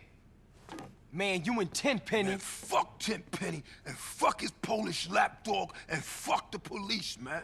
Oh, that's old shit. Look at you, you got the whole world. I ain't got no regrets, man. Smoke, you had... I made it, CJ. I'm a success. I can't be touched. I don't give a fuck. Fuck the whole world. What happened to you, man? Man, what the fuck do you care? I guess we better do this shit then. So now it's finally time to take him out, and he calls a few goons, but we take them out very easily. And then we just start unloading round after round into Big Smoke until he turns the lights off for some reason. But it's still pretty light in here, so it really doesn't matter that much, and he kind of just chills behind these stairs, but doesn't understand that I have the high ground, and just absolutely unload into him and finish him off. He says his last words, showing no regrets, and is just happy that everyone will remember the name Big Smoke. The drugs or what? I got caught up in the money, the power. I don't give a shit. Oh, fuck, man. Why you just didn't quit, man? We was like family, homie. I had no choice. I had to do it. I just see the opportunity of when I'm gone, everyone gonna remember my name. Big Smoke.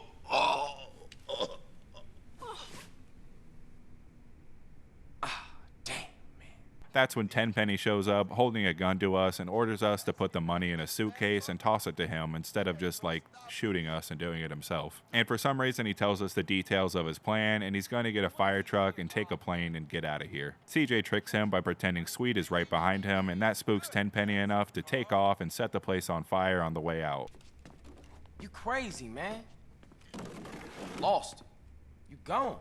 Half the city's looking for cops to kill, Carl. And I ain't about to get dragged out of a patrol car and get beat to death by some angry mob. No, not tonight. What you catching? A plane? Ding, ding, ding, ding, ding! Good answer, Carl! You know, you're gonna thank me one day for opening your fucking eyes. Oh, I almost forgot, Carl. Time to die. Sweet! What? Mother! It ain't over, Carl. It ain't over.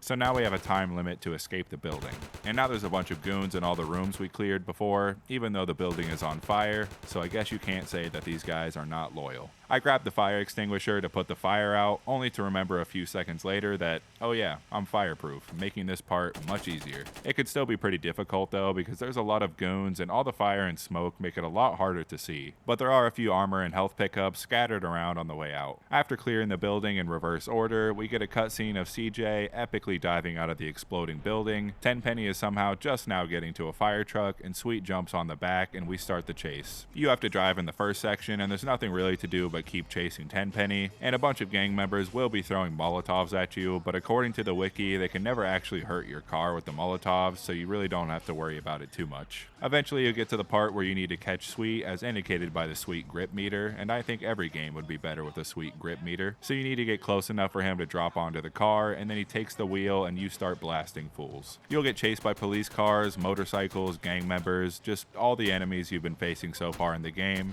and they actually can hurt you, so you gotta take them out quick. After doing that for a while, you'll make it to the bridge where Tenpenny starts swerving and crashes and flips the truck. And he starts giving his evil villain speech, talking about how he runs this town and stuff, which is like actually pretty true because like almost everybody is against us. Assholes! You never understood what I did. 50 of me, and this town would be okay. I took the trash out. I did. And I do it all again. He eventually dies from his wounds, and Sweet stops us from shooting him, even though like I really wanted to, because it's not as satisfying as him just dying from a car crash. But whatever. For some reason, Truth pops up with Caesar and Kendall, and we discuss what a piece of shit Smoke was, and CJ gives us a line that I think is just as iconic as the "aw shit, here we go again" line.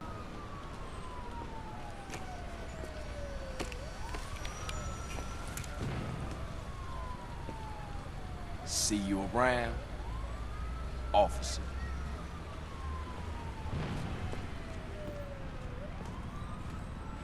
Next, the crew discussed all of our ventures and all the work we still have to do, and Ken Rosenberg and Mad Dog show up to present us our first gold record. And the masturbating guy says he's gonna get breast implants. Our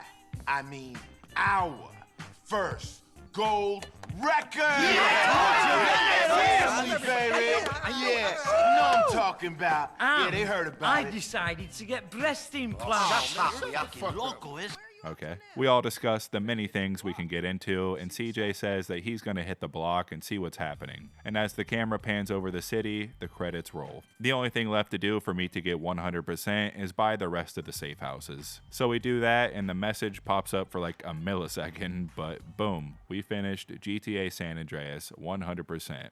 What a ride. Our reward for getting 100% is $1 million, infinite ammo for all of our weapons, although you still have to reload. Double vehicle strength for any vehicle you're driving, a tank near your house under this bridge, and a jet parked on top of this house next to CJ's home. Pretty damn neat, if I do say so myself. Before we end this video, I just want to go over a few things that I forgot to do, and I just want to say that I recorded all this gameplay and recorded half the script for this video like 9 months ago, and I'm going back right now to record a few more things, and I really just want to play through the game again, even after doing literally everything I can do, because it's just how fun the game is. Anyway, for one, I forgot to go over pool and basketball, and let's go over pool first. So I go back to that bar from way earlier in the game and try it out. And it's about what you think it is. It's probably a lot more likely that you've played pool in GTA 4 than San Andreas, but it's basically the same thing with a lot worse physics. You can bet up to $1,000, and there's no difficulty slider or anything as far as I can tell, and it only took me a couple tries to win. Although that is because my opponent sunk a black and white ball at the same time on his last hit, which apparently means you lose. I really wouldn't know because I've only played pool a few times in my life and I'm not very good at it. Regardless, I sunk 3 balls at the very beginning, which made me feel pretty good about my odds of winning, but then he sunk like 5 balls in a row, which made me feel not so good about my odds at winning, which distracted me enough to the point that I forgot which balls I was supposed to hit and accidentally sunk one of his when we both only had 1 left. So now he only has to hit the 8 ball to win. Luckily he did miss his shot, and then I sunk the right ball this time and then sunk the 8 ball and won. After that I went to the mansion to play some basketball, and I realized that there was another arcade game there that I haven't played yet, so I tried that out real quick. You play as this little spaceship surrounded by a bunch of white and black balls. The white ones push you away, and the black ones suck you in, and the black ones hurt you if you get sucked in and you can't get away from them. So it's basically all about momentum. You want to get your speed up to be able to grab the white balls without them pushing you away, and the white ones give you points, but if you hit the black balls, you lose points, and if you're not going fast enough, like I said, they'll suck you in and they'll just kill you after a few seconds. And it is pretty difficult, and I was not very good at it. After that, I tried basketball, which was also pretty difficult at first. I could not figure out the timing to make a shot. It just says that you have to release the shoot button at the height of your jump. Eventually, I looked it up, and somebody said to let go of the shooting button right as CJ is about to drop, and as soon as I read that, I literally could not miss. LeBron who? Other basketball players who? I don't really watch a lot of basketball. You could also spin the ball on your finger and roll it across your back, which is a pretty nice touch, I suppose. Also, here's one of the gang members taking a picture of me like I mentioned that you could do earlier. There are also many rumors when it comes to GTA San Andreas, such as Bigfoot, aliens, ghosts, and all that kind of stuff, and they are all 100% not true at all. Not even close. But some of them, like Bigfoot and aliens, did make it to GTA 5. Anyways, that's about all I have to talk about, and thank you guys so much for watching, especially if you somehow made it all the way to the end of this, like, 3-hour video. I truly appreciate it, and I hope you have a great rest of your day. Peace.